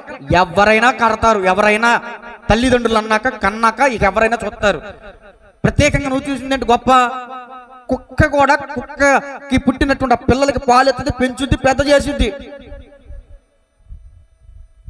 కుక్క కూడా పెంచి పోషిస్తుందా అక్కడ పిల్లల్ని? తల్లిదండ్రుల బాధ్యత అది. నేను కాబట్టి పెంచాను, నేను కాబట్టి చదివించాను. తప్పు. అలా అనమాకండి. పిల్లల దగ్గర చేసిన దానికి విలువ పోగొట్టుకుంటారు. వాళ్ళు గమనించాలి తప్ప మనం చెప్పుకోకూడదు మన గొప్పతనం గురించి, మన కష్టం గురించి. పిల్లల దగ్గర కొన్ని సందర్భాల్లో కొన్ని విషయాల్లో వాళ్ళ కష్టం విలువ తెలియాలంటే చెప్పాల్సిన రీతిలో చెప్పాలి. మా ఇంత కష్టపడితేనే కానీ మనకు రాదమ్మని చెప్పాలి, తప్పులేదు. కష్టం చెప్పి పెంచాలి పిల్లలకి. కష్టం తెలియకుండా పెంచితే వాళ్ళు సోమరులు అయిపోతారు, అది వేరే సబ్జెక్ట్. కానీ నేను చెప్తున్న మాట, నేను కాబట్టి చేశాను, నేను కాబట్టి చేశాను, తప్పు.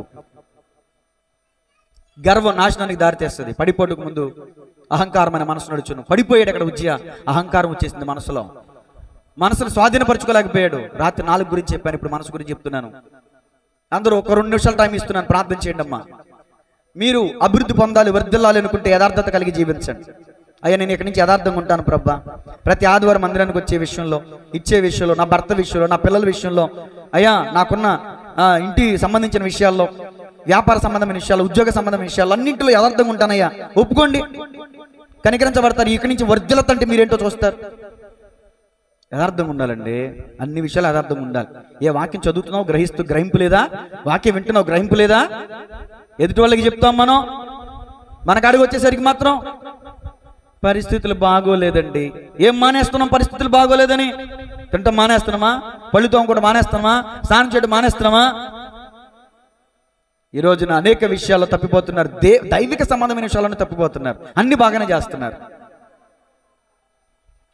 ఎంత కష్టమైన, ఎంత నష్టమైన, ఎంత బాధ అయినా, ఎంత ఇబ్బంది అయినా మొదట నేను దేవునికి ప్రాధాన్యత ఇస్తా, ఆ తర్వాతే నా పని నేను చూసుకుంటా. ప్రార్థన చేయండి అమ్మా. మనసులోనైనా చేసుకొని పోయి పైకి చేయలేకపోయినా, నేను ఎంతవరకు యథార్థంగా లేనయ్యా, నా తండ్రి దగ్గర యథార్థంగా లేను, నా తల్లి దగ్గర యథార్థంగా లేను. నిజమే, నా తల్లిదండ్రులకు తెలియకుండా రహస్యంగా ఫోన్లు మాట్లాడుతున్నాను, రహస్యంగా చాటింగ్లు చేస్తున్నాను. అమ్మో అది వేషధారణేగా. అమ్మో నాకు వర్ధిల్లత ఉండదైతే, నాకు భవిష్యత్తు ఉండదైతే. నిజంగా నీకు భవిష్యత్తు ఉండదు అక్క, చెల్లి, తమ్ముడా. నీ తల్లిదండ్రులు మోసం చేస్తే పెద్దోళ్ళు అంటారు పుట్టగతులు ఉండవు అని. అది జాగ్రత్త. వాళ్ళు ఎన్నో ఆశలు పెట్టుకున్నారు నీ మీద. యథార్థంగా ఉండు నీ తల్లిదండ్రుల దగ్గర. పనికి మాలి వారితో సాంగత్యం చేయమాకు. దుష్ట సాంగత్యం మంచి నడవను చెరుపును. పనికి వాళ్ళ వారితో పోతు పెట్టుకోమాకు. వాళ్ళు స్వార్థపరులాళ్ళు. నీ దగ్గర ఏదో ఆశించి నీకు మేలు చేయడానికి చూస్తున్నారు అంతే తప్ప నీ శరీరాన్ని ప్రేమించి, నీ శరీరాన్ని కోరుకుని, కోరికలు తీరేంత వరకే వాళ్ళు చూపించే ప్రేమ. కోరికలు తీర్చుకుని తర్వాత అమ్మును వదిలిపెట్టేసినట్టు వదిలిపెట్టేస్తారు. శరీరాచలు తీరేంత వరకే ఆ ప్రేమ. మోసపోవద్దు. నేను నీ తల్లిదండ్రుల కంటే మించిన ప్రేమ ఎవ్వరు ప్రేమించరు ఈ లోకంలో. నువ్వు మోసపోతున్నావు. మా అమ్మ తిడతా ఉంటుంది, మా నాన్న కొడతా ఉంటాడు, అదే ప్రేమ. ప్రేమించారు కాబట్టి గద్దెస్తున్నారు లోబడి తల్లిదండ్రులకి. ఇంట్లో తల్లిదండ్రులు తిడుతున్నారని, కొడుతున్నారని, ఎవడో ఐ లవ్ యూ అన్నాడని పడిపోయావా? దానంత దౌర్భాగ్యం మరొకటి లేదు. ప్రేమించేవాడే గద్దెస్తాడు. నీ తల్లిదండ్రుల కంటే మించిన వాళ్ళు ఎవరు లేరు. యథార్థంగా ఉండు నీ తల్లిదండ్రుల దగ్గర. ఓ భార్య నీ భర్త దగ్గర యథార్థంగా ఉండు. ఓ భర్త నీ భార్య దగ్గర యథార్థంగా ఉండు. అప్పుడే నీ జీవితం వర్ధిల్లుతుంది. నువ్వు ఎంత కష్టపడుతున్నావు, ఎంతో కష్టపడుతున్నావు. వర్ధిల్లత ఎందుకు లేదు తెలుసా? రహస్య పాపాలు కలిగి ఉన్నావు, వేషధారణ జీవితం కలిగి ఉన్నావు. అందుకనే వర్ధిల్లతలో నువ్వు. నీ ఆలోచనలా, నీ తలంపులా, నీ మాటలా, నీ వినికిడా ఎక్కడ చెడుతనం ఉందో విడిచిపెట్టాయి. చెడుతనము విడిచి నడుచుటే యథార్థవంతులకు రాజ్య మార్గం. ప్రార్థన చేస్తున్నాను. పరిశుద్ధుడా, ప్రేమగల తండ్రి, కృప కలిగిన దేవా, ఈరోజు ఉజ్జయాన్ని మీరు మా ముందు ఉంచారు. ఉజ్జియా యథార్థత కలిగి ఉన్నాడు. ఉజ్జియా యెహోవాను ఆశ్రయించాడు. ఉజ్జియా గొప్ప నిర్మాణకుడిగా ఉన్నాడు. ఉజ్జియా చక్కని వ్యవసాయకుడిగా ఉన్నాడు. ఉజ్జియా తన రాజ్యాన్ని బలపరుచుకునేవాడుగా ఉన్నాడు. కానీ తన మనసును గర్వించి కుష్ఠరోగి అయిపోయాడు. అయ్యా, మేము ఉజ్జియా ప్రారంభ దినాల్లో ఉన్నట్టుగా ఉండాలి, కానీ తన ముగింపు దశలో ఉన్నట్టు మేము ఉండకూడదు ప్రభువా. నా మనసులో గర్వం రానియొద్దయ్యా. నేను కాబట్టి చేస్తున్నాను, నేను కాబట్టి ఇస్తున్నాను, నేను కాబట్టి కానికిస్తున్నాను, నేను కాబట్టి దశంభాగం ఇస్తున్నాను అని ఎవరిలో అతిశయం గర్వం రానియొద్దయ్యా, రానియొద్దయ్యా, రానియొద్దయ్యా. అది చాలా డేంజరస్ వైరస్, ప్రమాదం. ఉజ్జియా మహా గొప్ప శక్తివంతమైన రాజు పడిపోయాడు, అపవిత్రుడైపోయాడు. తన బ్రతుకున్నంత కాలం కుష్ఠరోగము చేత అపవిత్రుడని రోడ్లంట తిరిగాడే, అపవిత్రతతో కుష్ఠరోగంతో చచ్చిపోయాడే. అలాంటి పరిస్థితి మాకు రాకూడదు ప్రభువా. కార్యంభము కంటే కార్యాంతం మేలని వాక్యం చెప్తుంది. మా ఆరంభం కంటే మా ముగింపు బాగుండాలి, కానీ ఉజ్జియా వంటి ముగింపు మాకు వద్దయ్యా. యేసయ్యా, నిజమే, నా హృదయంలో అతిశయం ఉందయ్యా. ఈ రోజు నా అతిశయం తీసేసుకుంటున్నానయ్యా. నన్ను క్షమించు ప్రభువా, నన్ను క్షమించేయా. అయ్యా, నా ఆత్మీయ బిడ్డలు క్షమించేయా. తెలిసి తెలియక చేసిన అపరాధములు పొరపాట్లను మన్నించేయా.